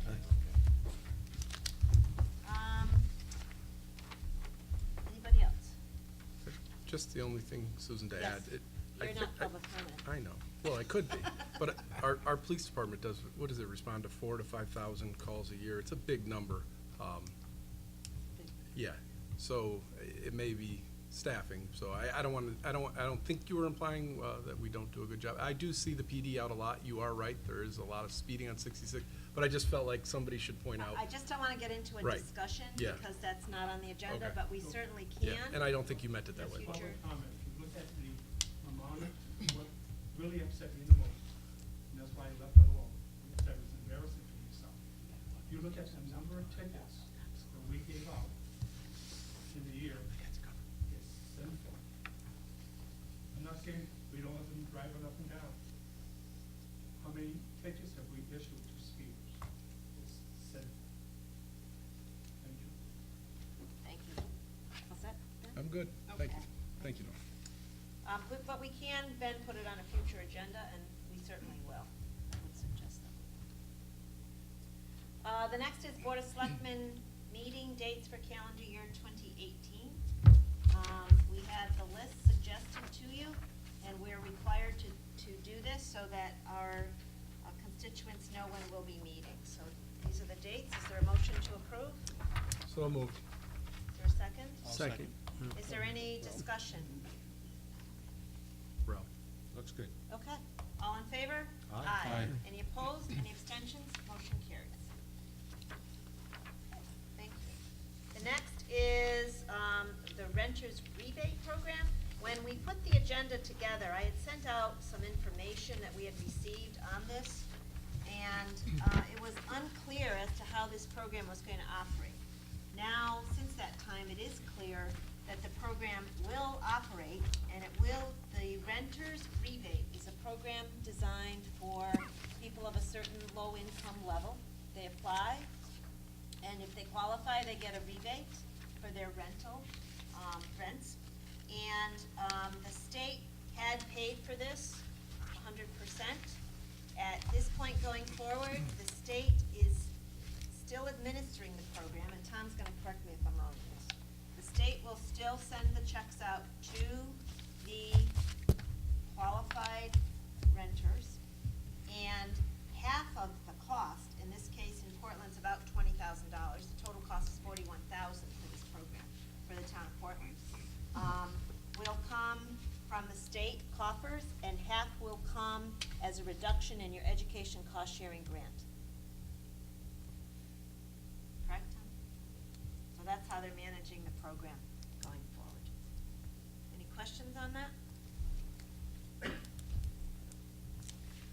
The next item is the resolution supporting participation in the Sustainable CT Municipal Certification Program.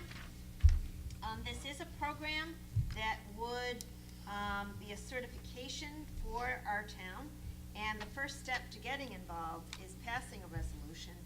And what it is, maybe John would like to explain a little bit for us, since you're familiar, John? Yeah. I was on one of the working groups to develop this for Connecticut. It's Sustainable CT, or Sustainable Connecticut, is based on the very successful program in New Jersey, Sustainable New Jersey.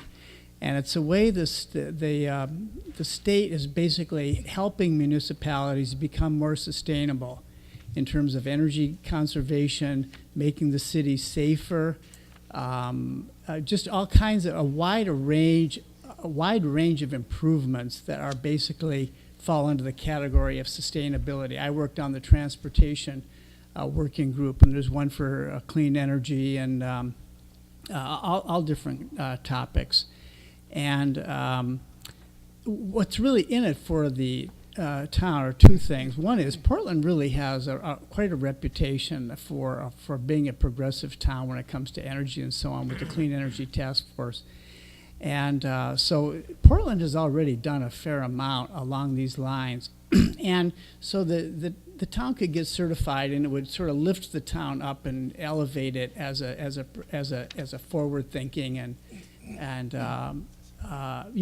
nice community.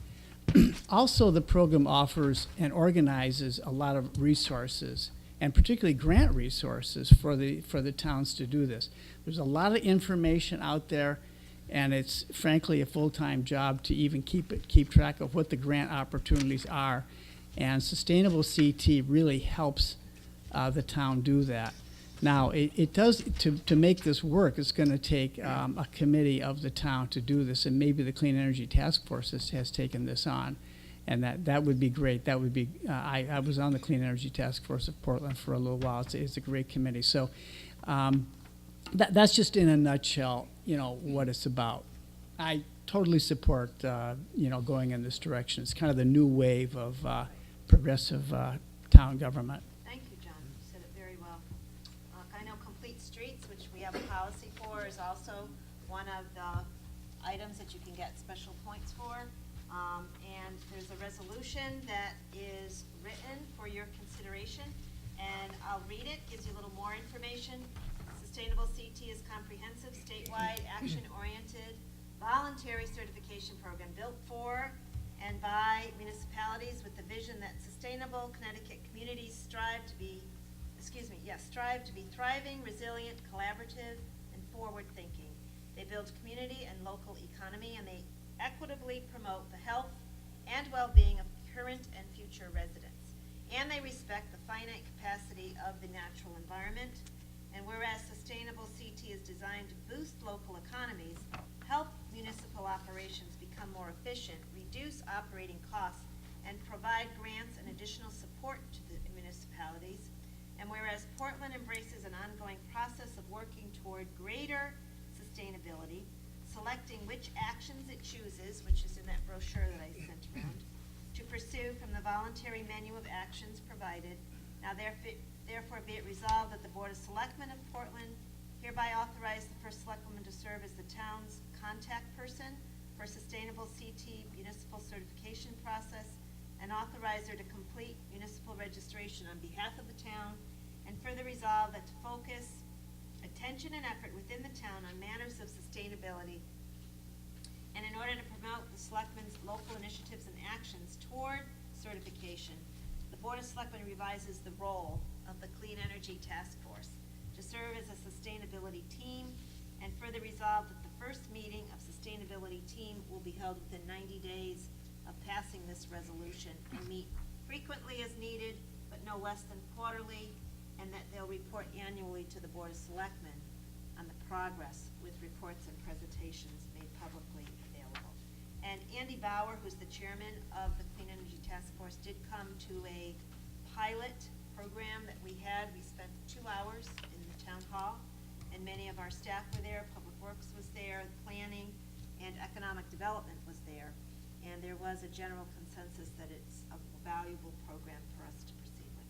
I mean, frankly, I'm interested in seeing how we can continue to try to save money. Because you almost have to go to the next level now. We've done lighting, and we've done some of the heating changes, furnace changes. But you really need to keep up on this in order to promote not only sustainable community, but maybe at a cheaper cost. So is there a motion to approve this resolution? I'll make a Lou? motion to approve it.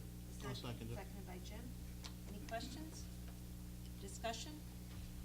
I think it's a great program. It's in line with our goals to basically live and promote Portland in a green way. It's a voluntary certification. It's just a good opportunity for us. All in favor? Aye. Any opposed? Any abstentions? Motion carries unanimously. Thank you. And thank you, John, that was helpful. The next is Tom Robinson, a resolution for fourth quarter transfers for fiscal year 17, which year ended June 30, 2017. So this is for last budget year. Hello, everyone. Hello. We here during usually the month of beginning sometime in September, working through October, and then field work occurs in the audit during November. We go through, make various adjustments, but as usual during the year, I try to keep you guys on, give an idea of where we have shortfalls and where we're looking to need monies. And throughout last year, there were numerous items that went to town council, the planning and development matters, and as well as there was numerous legal contracts that were being negotiated last year. So there was a large amount of funding, 30,000 probably for town council, planning and development about 40,000, and then 7,000 for labor and pension that needed to get shifted into their funds. The town engineer, we have many items that were going on last year that some of that were directly related with town council work. There were reviews that needed to be done by the engineer. There were some increased costs. We had some dam permitting that we had, some dam inspections and dam work that was needed to be required for the dam. That's usually charged to our public safety line item and engineering in the general fund. There was also some additional permitting and stormwater permitting deep costs that occurred. We had many matters for the public works going on. There were also some monies there spent for some sidewalk, for local sidewalk improvements. As LoSiP last year was cut by the state, so some of the design work we had to cover ourselves, and we put the LoSiP monies into the ground with the sidewalks. And then there, obviously, snow removal. We had a decent savings within the snow usage of sand and salt, because we had some of that, as well as it was a good savings by the Public Works Department in that component, but overtime itself was higher due to some of the issues that transpired, so that would have occurred. The senior center, we did have a major repair to our elevator. There was a couple that were covered by insurance, which was good, and those were substantial as well based on water You know, we had a little bit of a problem in the police department in the senior center parking lot, so there's flooding. There was, early in that year, there was a significant storm that had caused damage, and there were items that did get repaired by insurance, and those were substantial as well. This was actually another matter that showed up on its own accord later on, and that was a requirement of a $7,000 repair. Grounds maintenance, near the end of the year, there was a lot of interest near the Agalati field to do a lot of clean up of brush and trees that were segregating some of our field with some homeowners, and that was around a $14,000 or so project. So there's monies were transferred in for that. There were some planning and zoning matters for the town engineer, again, residential plan reviews. Again, just increased activity and usage there. Some of that also was there was some change in staff, so there was a requirement to utilize a little bit of some oversight review on some of those matters. Grounds maintenance, that's usually for snow removal overtime. Their snow removal overtime gets charged to their budget. We moved an additional $5,000 into that budget for a purchase of a mower, which was quite a bit more than that, but there just needed to be another $5,000 moved in to cover the global costs. And then the public works director budget, there was a hazardous waste monies. There was increased participation by residents of the town, and so the LCOG does that work, and Clean Harbor is the vendor that we pay. That went over the budget, so that budget is quite close to the vest, so is that there was monies needed to be transferred in. The monies did come from police and gasoline. That we had a great gasoline price last year, so there was some savings done on in that matter for the police department. There was economic development consultant was not needed, as there were some in-house personnel handling some of those matters. We utilized some monies from our contingency fund. We had a police officer that was not hired in the manner that we thought, so there was some savings there. In the highway division, there was a position that was not hired part-year. There was a part-year position that was not hired yet, and that hire has been delayed. And there was some savings with the transition based on those hirings not occurring. There was some savings in medical fringe benefits. So overall, it's very similar to the items that we discussed all year, and this is just a culmination of that. There's a requirement. We do the transfer between the departments to make them all positive, and that's what this transfer will do to help us be in compliance for our fiscal audit. Any questions? Sure. So if I understand this, or I want to make sure I understand this, you still had to take $48,000 out of contingency to help balance this town contingency? Or, I don't Yeah, know, I mean, it's pretty like- much the majority of contingency was utilized. There was actually some spent. So it's about, there's $100,000 of contingency. And so that's not fund balance. There's actually a budget line item called Okay. contingency. So every Okay, year so you- that's, Okay, so you have a contingency in your budget every year, and you took Correct. a portion of that. you pretty much used all of that funding, but there was actual projects that were run out of contingency. So example, if I remember correctly, you had your parade there. So there was expenses came in from revenue, and that came out of contingency. They did some work. There was some work for the YMCA road that would have come out of contingency. So there's some other items like that would have been used up, and there was expenses for that. And then the remainder we more or less transferred out to the various areas.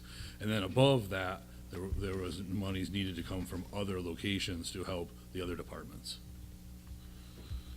Just a quick question, Tom. Sure. The consultant we didn't need for EDC, police officer, and the other delayed, those were all budgeted positions that we just didn't fill? The grant consultant is actually a consultant, so I believe that usually is Mary Dickerson was a consultant. She was actually on staff so that was a kind of transition to an on-staff position. Got it.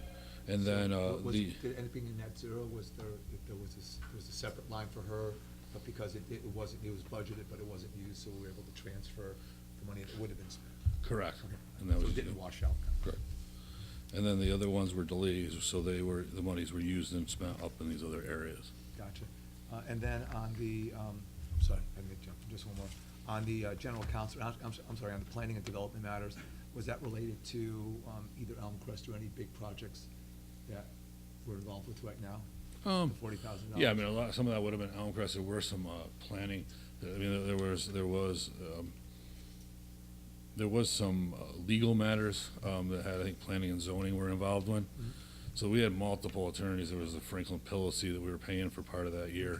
Okay. And then we have Murtha we're paying for part of the year. Okay. I think in that matter that there was Shipman and Goodwin had done Right. some work on some of those areas, either within town council or in land use. There was multiple areas. There was a Expertise couple was, different projects moving around and stuff. yeah, expertise was required, and that was, throughout the year, we had said, oh boy, town council's, he can hit here, and Right. there was obviously a need for council to be involved in all those matters. Right.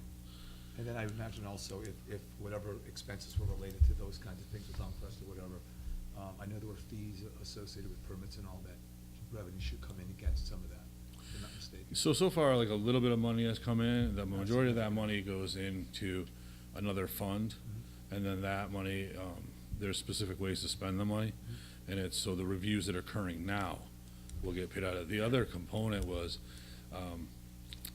those were negotiations toward a commitment to doing a tax deal. So that was, that's not really part of the review process. So that, there was a lot of the monies that we spent last year were upfront monies to get us to the point now where there is an agreement. Now he submits his application. Now he puts in some additional fees. Then there's another segment where fees will come in to the general fund. They don't go one-to-one, it just comes I in think as so. permitting. The ones over here that just came in, the first one, those do get carved out and they go into we have another planning and zoning fund, and they go and they get categorized there, and then if money's, there's pieces that they go in, I think they would get a half and half, those go into the revenue line item, and they get spent, and then there's, the other halves get deferred, and then they sit, and then if they don't get spent, if certain things, like example, the gentleman who started it before, there's an amount owed back to that person to put the first application in. That once planning and zoning reviews all that, then the planning use department, that gets all reversed back, but, so that, yeah, I mean, those are things, hopefully, this year, hopefully we'll have some positives, if some fees come in, that would be That's beneficial to some of the state cuts that we've had, but Wouldn't be we bad. need to wait on that to see if that's gonna transpire. Thank you. Yeah, this year, Mike, their application fee was about $98,000. Yeah. And then if the permits go in for the phase one, which I don't know, it all depends on how all these procedures and approvals happen. Right. That's estimated to be about $250,000. I think we had some upfront expenses. This is a movement within the budget, it's not the bottom line. Correct. So, Tom is just about finished with the audit, and, there is a surplus from last year. So this is moving the monies to reflect going forward what was spent in the actual line items. Thanks, Dan. Thank you. May I, Susan? Yes. Beth? On the, let's see, page 4, the general planning and zoning matters, you still show total available on both those line items of, if you like to go by the last numbers, the beginning, the 1400s for basically legal fees. One ends in 13, one ends in 19. You still show a balance. What do you, have bills coming in? Explain that to me. So the reports you got in front of you right now are that's for my next level. That's gonna be the current, that's as of today, This is for the new year. June 30. Last So year. we're going back to June 30, 17 right now is what I'm talking about. So what you got in front of you is June 30, 18, Okay. for as of November 30. This is the 2016, 2017 true-up, basically.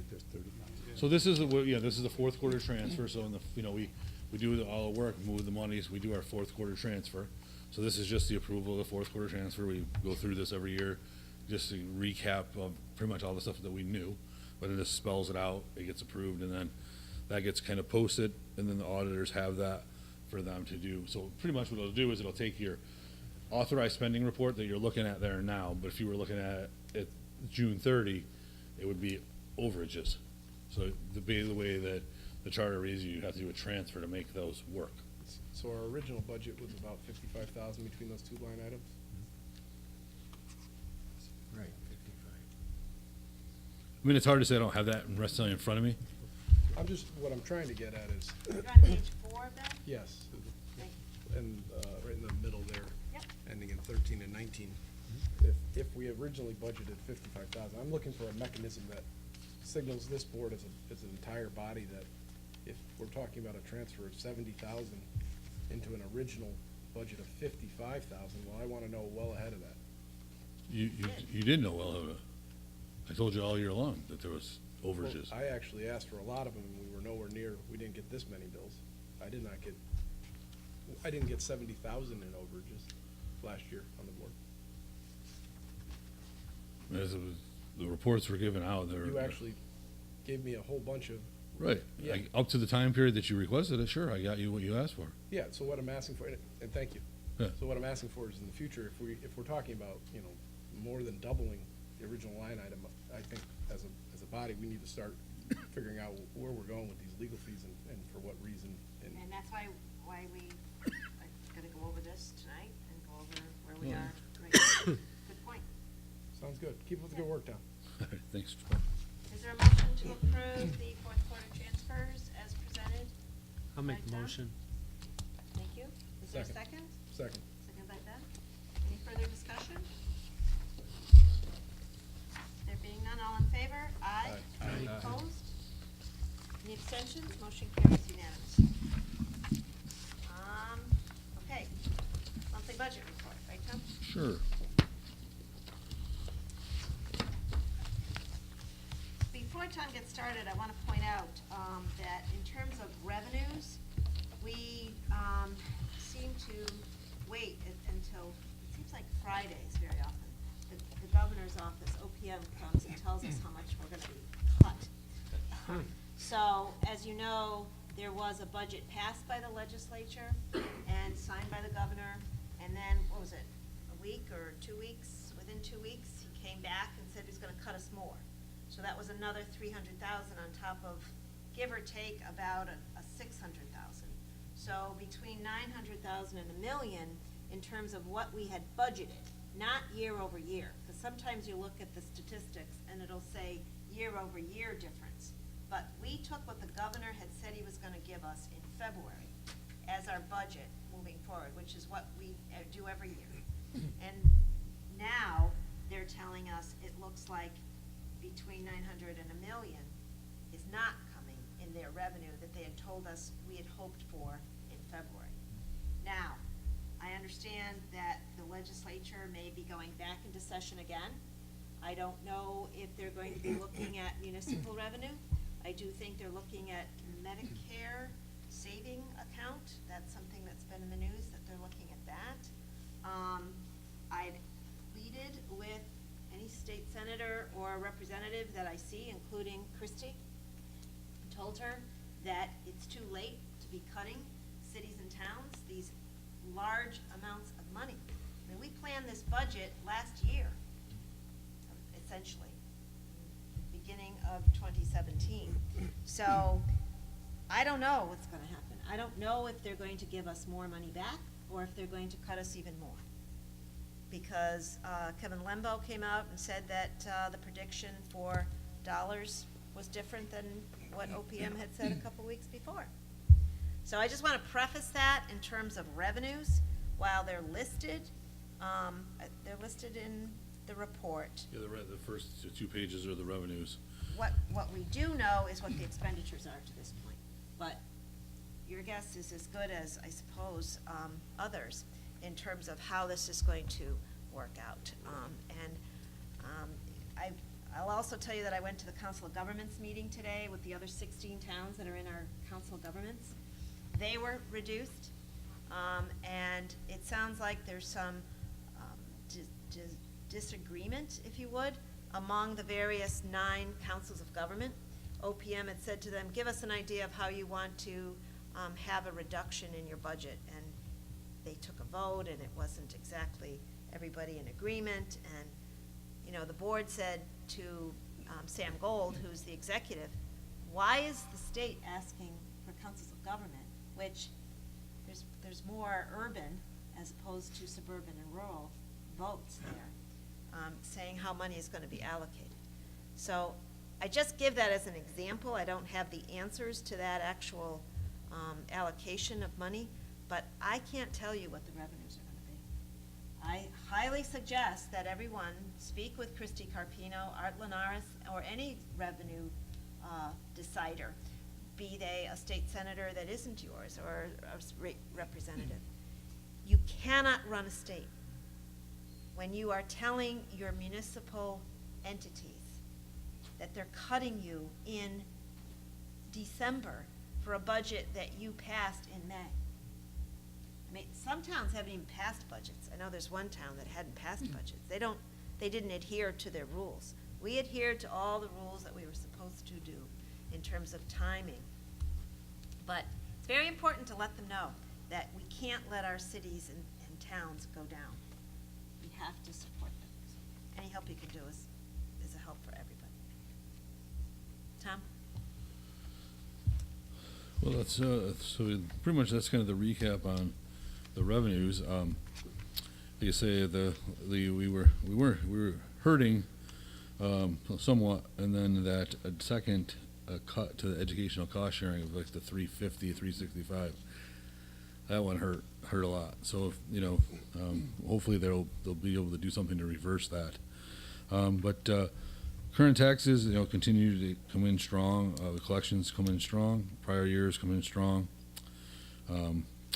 We have done the tax collectors done a very good job on prior years, and as we budget next year, we may have to lower what we expect on prior years because the time now, the less and less is out there to collect on. So she's done a really outstanding job collecting. Last year we did run some tax sale programs, and that was a very successful endeavor to collect on. Only one property was sold, and that was a beneficial, but all the other ones people paid up and we collected, so that was helpful for, as well as tax, water, and sewer. Those people, those get as well, part of that. So the revenues, like they said, the states is hard. The town revenues, property rentals came in quite good. Already, the summer was a little tougher than expected based on weather, but that was the brownstone still provided us with about $300,000 or so dollars. Then we are still getting in our conveyance and the town clerks collecting fees accordingly as activity goes forward, and same thing with structures and fee and structure permits for building. Those activities continue to go on strong. Other revenues, we did receive a check from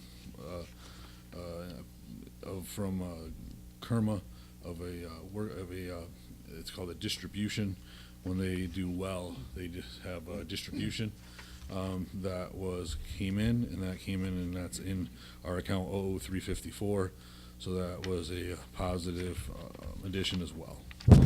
So we need to keep monitoring revenues.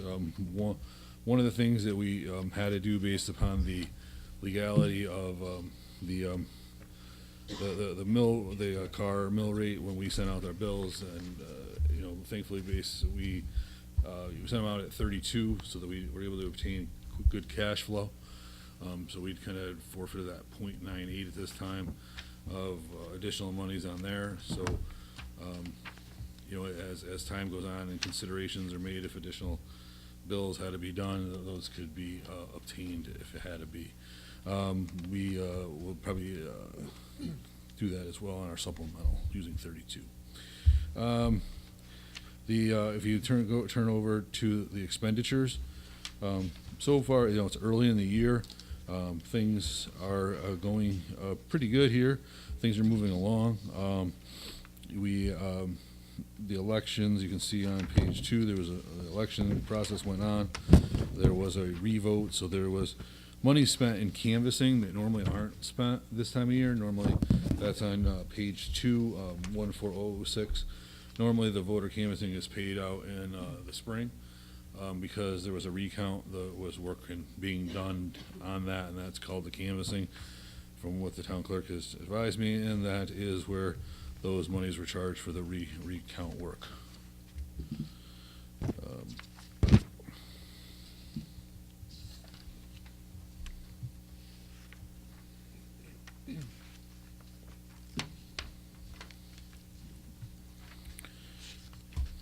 We go to page 4. So currently, like, the town council matters are doing okay, except for planning and development. That is, you know, quite getting used up quite a bit. So you know, obviously there's quite a few things that are going on with the development, and those are getting charged to that. That's where land use and development matters go to. There was I think there was a few labor items for some contract work that had continued over, and you see some of that money is being spent. And general town councils, a little less than the components.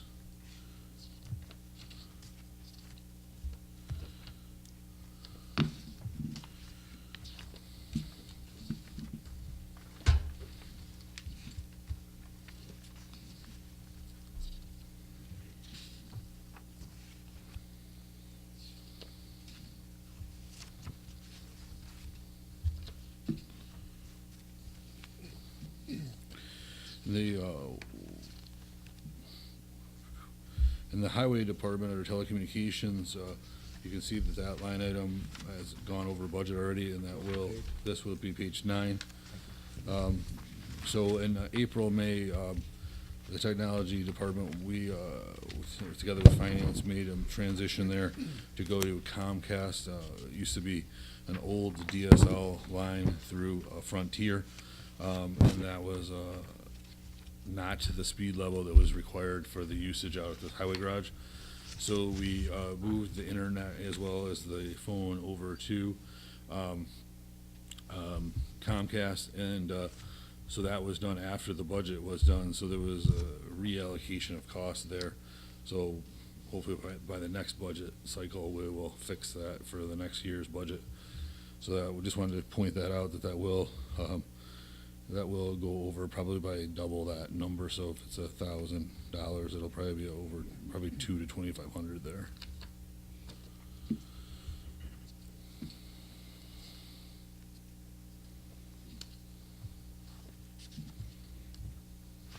Tom, on line item involving tree removal and replacement. Okay. I mean, small thing, but we were talking about tree replacement before. I assume that our money for the bond would pay for any tree removal. It wouldn't affect that line item at all, would it? No. The bond will not The pay bond, for yeah, the tree. bond money, not at all. No. I just wanted to make sure. Comes We have out of 20 there. grand out of there. That's good. That's some money to spend. Right, Tom? Well, no, available is. Yeah, I mean, they don't have 10, anything to do with what 10, they, 7. You gotta look across. There you go, yeah. Yeah, so they already spent some. yeah, so that's that's what we use for Asplund to remove hanging trees that are in trouble, that Rick utilizes to take care of that. Yep.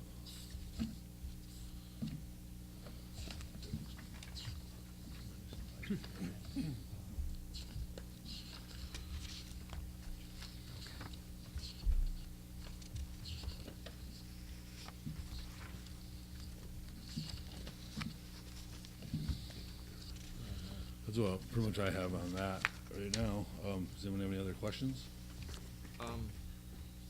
I do. Sure, Rick, go ahead. You mentioned earlier on, but I couldn't find it here. What was the revenue from the quarry park, the brownstone? Okay, the sure, water yeah. park? That's gonna be on page 1. Yeah. That will be listed as 003003, property rental. 00303, Yep, okay. So we budget about 440, and there's 326 that's in. Now, that's property rental for everything in this town, so there is a limited amount that's Board of Ed related in there, but the majority of that comes from, So. that facility. All right, so this budget, what, goes from June to? July 1 through Okay. June 30. So that's about all we're gonna, well, no. No, you'll get- Well, we'll get a little bit more in the spring, I guess. I was just trying to say, is that all we're gonna get in this No. budget cycle? But No. he'll be open again Memorial Day or something. Yeah, May, June, you get a decent amount. But, you know, it won't be to the level of that. Won't be to that We're level, a but- little off of last year's number at this time. Again, I think it was, a majority of that probably was attributable to the weather. The year before, the weather was quite good last. Yeah, it was rainy the early part of the summer. Correct. So that didn't do well for us. I kind of, coming on this course of time, with the $1 million that we're gonna be short from the state, how are you handling it in terms of, you know, what's your plan, or how are you gonna be handling and dealing with that going forward? Like, what are you looking at, what's in your mind, besides wanting another $1 million?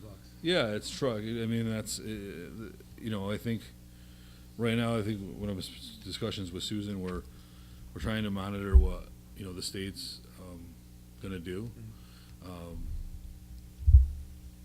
You know, like I said to you before, at the 660, it was bad, but, you know, it's probably something that, you know, we could try to manage through, you know, and work hard to save and watch things like we do normally. The extra 350 is tough, you know, so the board's gotta, you know, we gotta think about it, and if it goes, if it doesn't improve, you know, then there's a possibility that we could send out a second billing. Now, normally you try to do that in January, which is right around the corner, but I mean, it's hard to say that because you don't know exactly what the state's doing on their monies yet. So, you know, those are an alternative that could transpire if we need to. I mean, a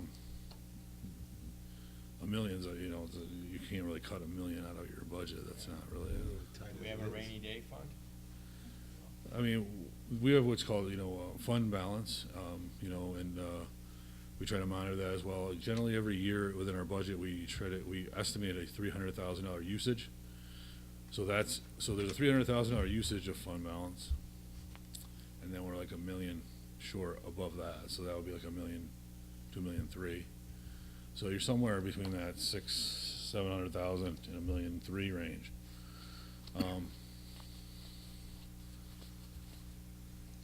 You know, there's some thought there to be had. You know, there's some things that may need to occur, which would be a supplemental billing, and that's how the, you know, when we pass the mill rate, it's assuming state funding at X level, and we put it on our tax bills. That if not, you know, the bill could be at another level. But you know, I think that right now, you know, we're trying to see what the state's going to come through, if they're going to come back and meet some more, and then you know, I think Susan and I will try to help you consider what we need to do. But It's not. this board's decision, ultimately. So we wanted to put it out there as we know it, and so you're aware of the situation, and they can, you know, hopefully make a good decision on it. Good questions. Anything else, Susan? Any other questions for Tom? Or any other comments you want to make, Tom? I think that's it right now. Okay, thank you. Thank We'll you move all. on to appointments to boards and commissions. Jim, did you have an appointment? Yes. Yeah, we had one, we had nominate Victoria Short for the alternate position on the zoning board of appeals. I'll second that. All in favor? Aye. Any opposed? Any abstentions? Motion carries. Mike, did you have one? I just had three. Kitch wanted to replace Rick on the EDC. Okay. I'll second that. Oh, there you go. All in favor? Aye. Any opposed? Any abstentions? Motion carries. Also, Patrick Dill, alternate on ZBA, to replace Jack Sterry. Is there a second to that? I'll second it. Oh, you know. All in favor? Aye. Any opposed? Any abstentions? Motion carries. And I'm not sure about this one. Chris Donahue is on the Parks and Rec Commission now, wants to be reappointed. I think he expires 12/17. Is it appropriate to do it now? Yeah, because it's over now. We had, It'll be over the they had the 31st. last meeting of December, so he Right. needs to be reappointed. Yeah. Okay, just Yes. has to be- So I'd like to Yep. reappoint Chris Donahue for Parks and Rec Commission. I'll second that. All in favor? Aye. Any opposed? Any abstentions? Motion carries. Thank you. Thank you. Did you get all those names, Laura? Kitch Cernicki, Chris Donahue for Park and Rec, and Patrick Dill for Zoning Board of Appeals alternate. Yes. Is that right? Yes. And Victoria Short for Zoning Board of Appeals alternate as well. Congratulations to all our nominees. Yes. Could I add Steve Krusberg as a member from an alternate to the Airline Trail Commission? Yeah, is there a second to that? I'll second it. Krusberg is Krusberg, and it would be, he's serving as an alternate, and he will go now to a full member on the Airline Trail Steering Committee, right. Thank you. Is that replacing Replacing me. you? Yeah. Steering Committee. All in favor? Aye. Any opposed? Any abstentions? Motion carries. And we're done. Okay. The next is refunds of excess payments. Jim, do you want to handle it tonight? Sure. What's that all about? Oh, I have we have been waiting to on ask this occasion- question. Why are we giving money back? Okay. I might be part to blame. Well, sometimes people overpay, and they have to fill out a form that goes to the collector of revenue to make sure that they have overpaid what they were supposed to. So Nancy DiGirolamo, who is our collector of revenue, reviews that request, makes a determination that it's correct, and then she brings it to my office, and then it has to, by law, go on this agenda, and you have to approve it. She can't just refund money. It has to be done here, even if it was in error. Tom, do you want to add anything to that? Other than that, you know, we're just trying to do a concerted effort as much as possible. Last year, with the board's direction to refund money, in a timely manner. We've instituted a practice where we review it every once a year, I believe, and then some things that are long overdue will go out. But these here, more or less, probably would be things that were just paid recently. Some often it's there's often times where we had a change in assessor there, so there's times where you have to pay your bill, make it, and then if there's a correction, a certificate of correction, that goes through the process, and then an adjustment's refunded. So there was a time there where we didn't have assessor, so you had to pay your bill, then you had to go back to the assessor and ask for the certificate of correction. That happened on some. There's items where, there's payments that come in, and the mortgage company pays it, you pay it. Sometimes the leasing company pays it, you pay it. And then sometimes there's, you may or may not still have the vehicle, and so you have to show your paperwork and certificate of correction. So that's what happens there. It's a very good control that the tax collector, she does her diligence to review everything that occurs. She brings that forward to the first selectman's office to be put on this agenda, and then you approve all those. So then that paperwork comes back to me. I review it back to what you've approved and sign off on the actual form as well, as Susan signs off on it. And then that goes to my clerk, who pays the check. The checks go to the collector to get distributed back to the people and processed through the system. So it's a very good practice. It's a very clean practice, and it helps keeps everybody get their money back timely. We don't want the taxpayers' money if we don't deserve it, so we try to get it back to you as timely as we can. Thank you, Tom. Anything else, Rick? So we're gonna approve these and then the checks get cut. Is that? After it goes through the paper sign-off in finance, and then it goes down to Nancy to disseminate. But we can't do anything unless this board approves it. Jim? All right, make a motion to refund an excess payment in the amount of $659.20 to Timothy M. Fraulino. Second. All in favor? Aye. Aye. Any opposed? Any abstentions? Motion carries. Make a motion to refund excess payment in the amount of $185.60 to Nissan Infiniti LT. Second. All in favor? Aye. Aye. Any opposed? Any abstentions? Motion carries. Make a motion to refund an excess payment in the amount of $24.96 to Claire E. Dolce. Second. All in favor? Aye. Any opposed? Any abstentions? Motion carries. Make a motion to refund an excess payment in the amount of $141.60 to Robert J. Shea. Second. All in favor? Aye. Any opposed? Any abstentions? Motion carries. Make a motion to refund an excess payment in the amount of $96.64 to Kevin B. Penner. Second. All in favor? Aye. Any opposed? Any abstentions? Motion carries. Make a motion to refund an excess payment in the amount of $30.78 to Edward J. Cyrillic. Second. All in favor? Aye. Any opposed? Any abstentions? Motion carries.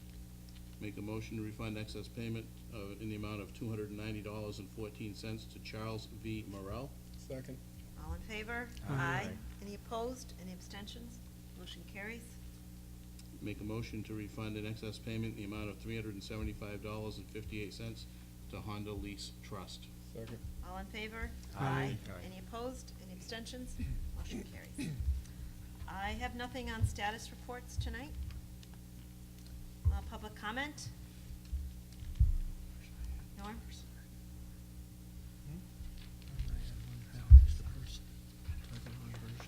Norm Ward. We found out tonight that we'll probably be losing $1 million revenue coming in from the state. I'd like to know if we're working on any recommendations from the first select woman and our finance director on where we might be looking to cut some of our expenses for the remainder of the year. I'm sorry, we had one other item on the list, Tom, for the refunds that were on the revised agenda, and I didn't have the revised agenda, so we'll go back to that after you're finished. I'm just wondering, we hear tonight that we probably have $1 million we might lose from the state in revenue. And are we currently working on any recommendations on how we can adjust our operating budget to cover some of that loss of revenue? Tom and We I are definitely working. heard that we're working on a supplemental bill to the taxpayers. We didn't say that. We said we're looking at the numbers. That is a potential, Norm. Oh, no, But no, we don't, I- and we don't know about the revenues. It I- could be I better, to- it could be worse. I totally, but now that we got some insight, are we diligently gonna start looking at where we can do some serious cuts or put a hold on some of the accounts? Not waiting until the cow gets out of the barn. Are we looking at them recommendations to come up with a few recommendations on this potential $1 million loss of revenue? Yes, the finance office and I are doing that. So Yes. will we hear back at one of these meetings like next month what these recommendations are? And what I was told, Norm, is that if the legislature goes back into session, they'll likely do that before the first of the year. So we'll know if there's changes, certainly before January 1st, but I don't know. What I'm saying is it could be better, it could be worse, in terms of revenues, Yeah. because the state is very volatile.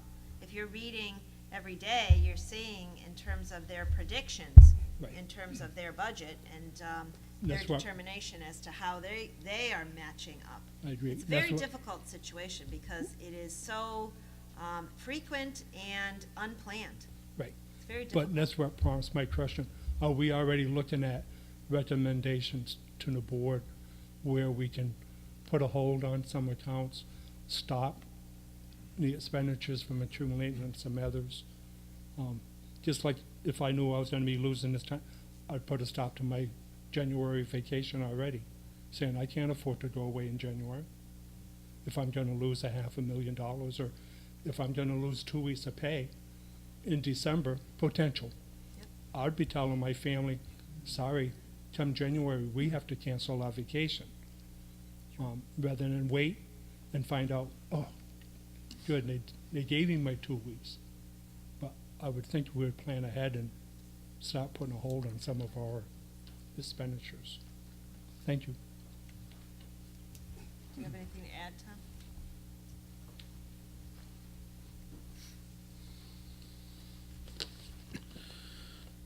obviously, like Susan stated earlier, this is a very difficult situation as the timeline is very far into the budget cycle. We did all our work on this in February, March, and April, and May, and did our diligence, and we were presented with these results probably in November timeframe, and then a second adjustment from that. Now, we could have been a lot of these items are educational cost sharing funds, and that's a large number. There was another municipal revenue sharing number that they had stated that we were going to get. We were supposed to get a $270 some odd $1,000 revenue sharing number, and that they're lowered that down to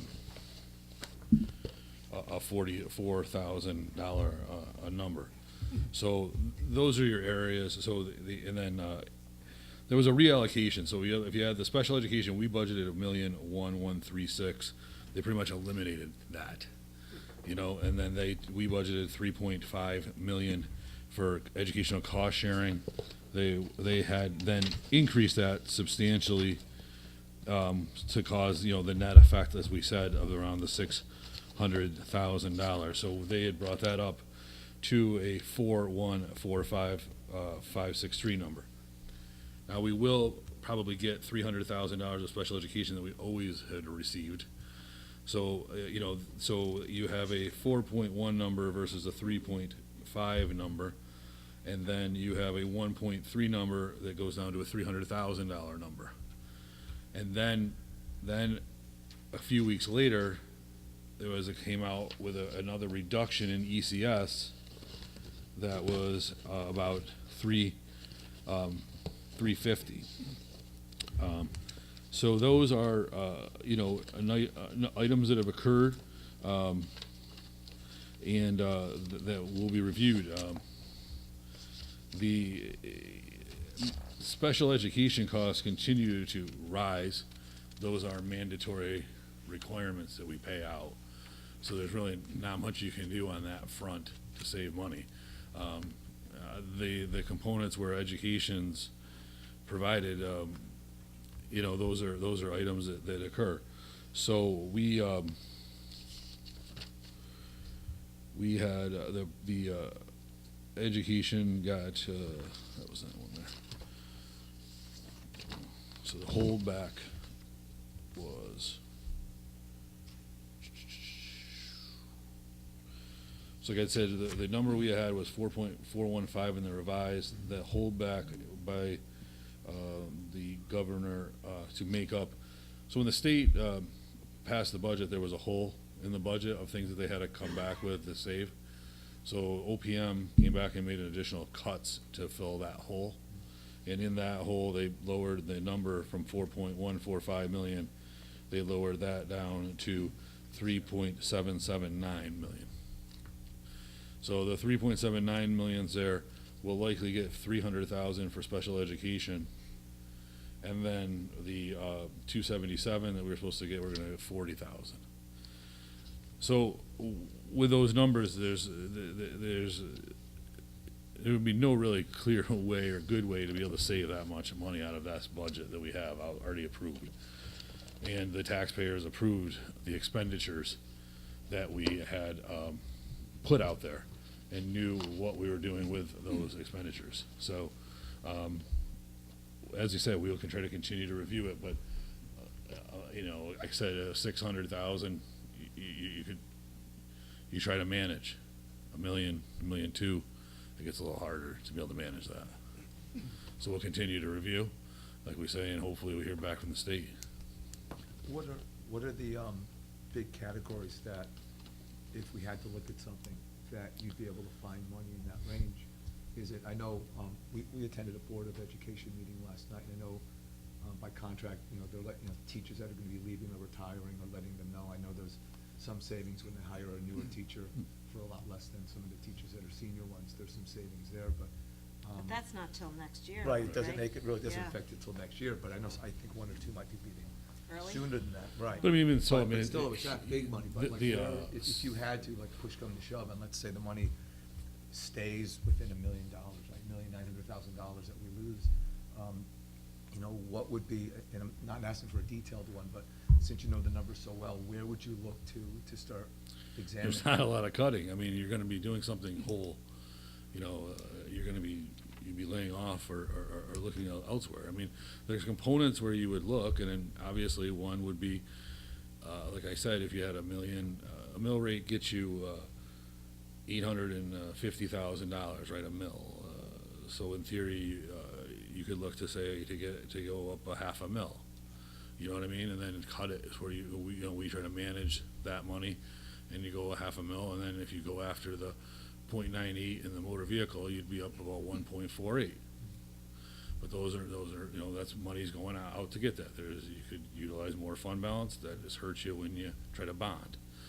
You know, like I said, we try to do our best to manage the allotment, and like we said, we did wind up last year with some good areas in funding, but you know, you have to manage it through the year to see how that flows out.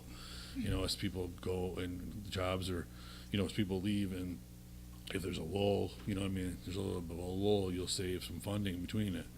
But I mean, it's just so hard, because you could have to have a same employee, they get married, and then now medical went up, you know. So it flows. You know, that's a decent sum of our budget, $1 million. I mean, you guys know, you go through the budget cycle every year, to come up to cut $1 million would be very substantial. So, there's really no good place to find that much money. So what we would try to do is we would try to do our best to come in half and manage that, you know what I mean? And then if there was a need, you'd go after part of it, you know? And these reductions are not for every 169 town. I mean, there's picking and choosing that's going on in terms of who's getting these reductions. We're the kind of town that's getting reduced. There are cities that don't get any reduction, and other towns that get no reduction, and some may even get enhancements. So there's a lot going on in terms of the state budget, and it's very difficult. Keep up the good work, Tom. Yeah. Informal discussion, anything on that? Yes. In relation to the governor, right, as it stands right now, the deficit is so large in the state budget, the governor has to submit a mitigation plan to the General Assembly for approval. And that mitigation plan will include decreases, unless the legislature calls another meeting and goes in and tries to take care of the loss that's predicted at the end of the year that Kevin Lembo stated that was predicted now for June 30th. But if the legislature can't make it even, then the governor will submit a mitigation plan, and there will be more lost money. Thank you, Shirley. That's what it is at this moment. Anyone else? Okay. There was one other item under the excess payments that was on the revised agenda. You have the agenda that, that's dated, what was your agenda dated, Ralph? 12/4, it was revised on 12/4. 12/4, so it was within the allotted time. So do you just want to make that one Yeah, person? yeah, just to finish them up, make a motion, to refund excess payments in the amount of $33.34 to Stephen W. Hartel. Second.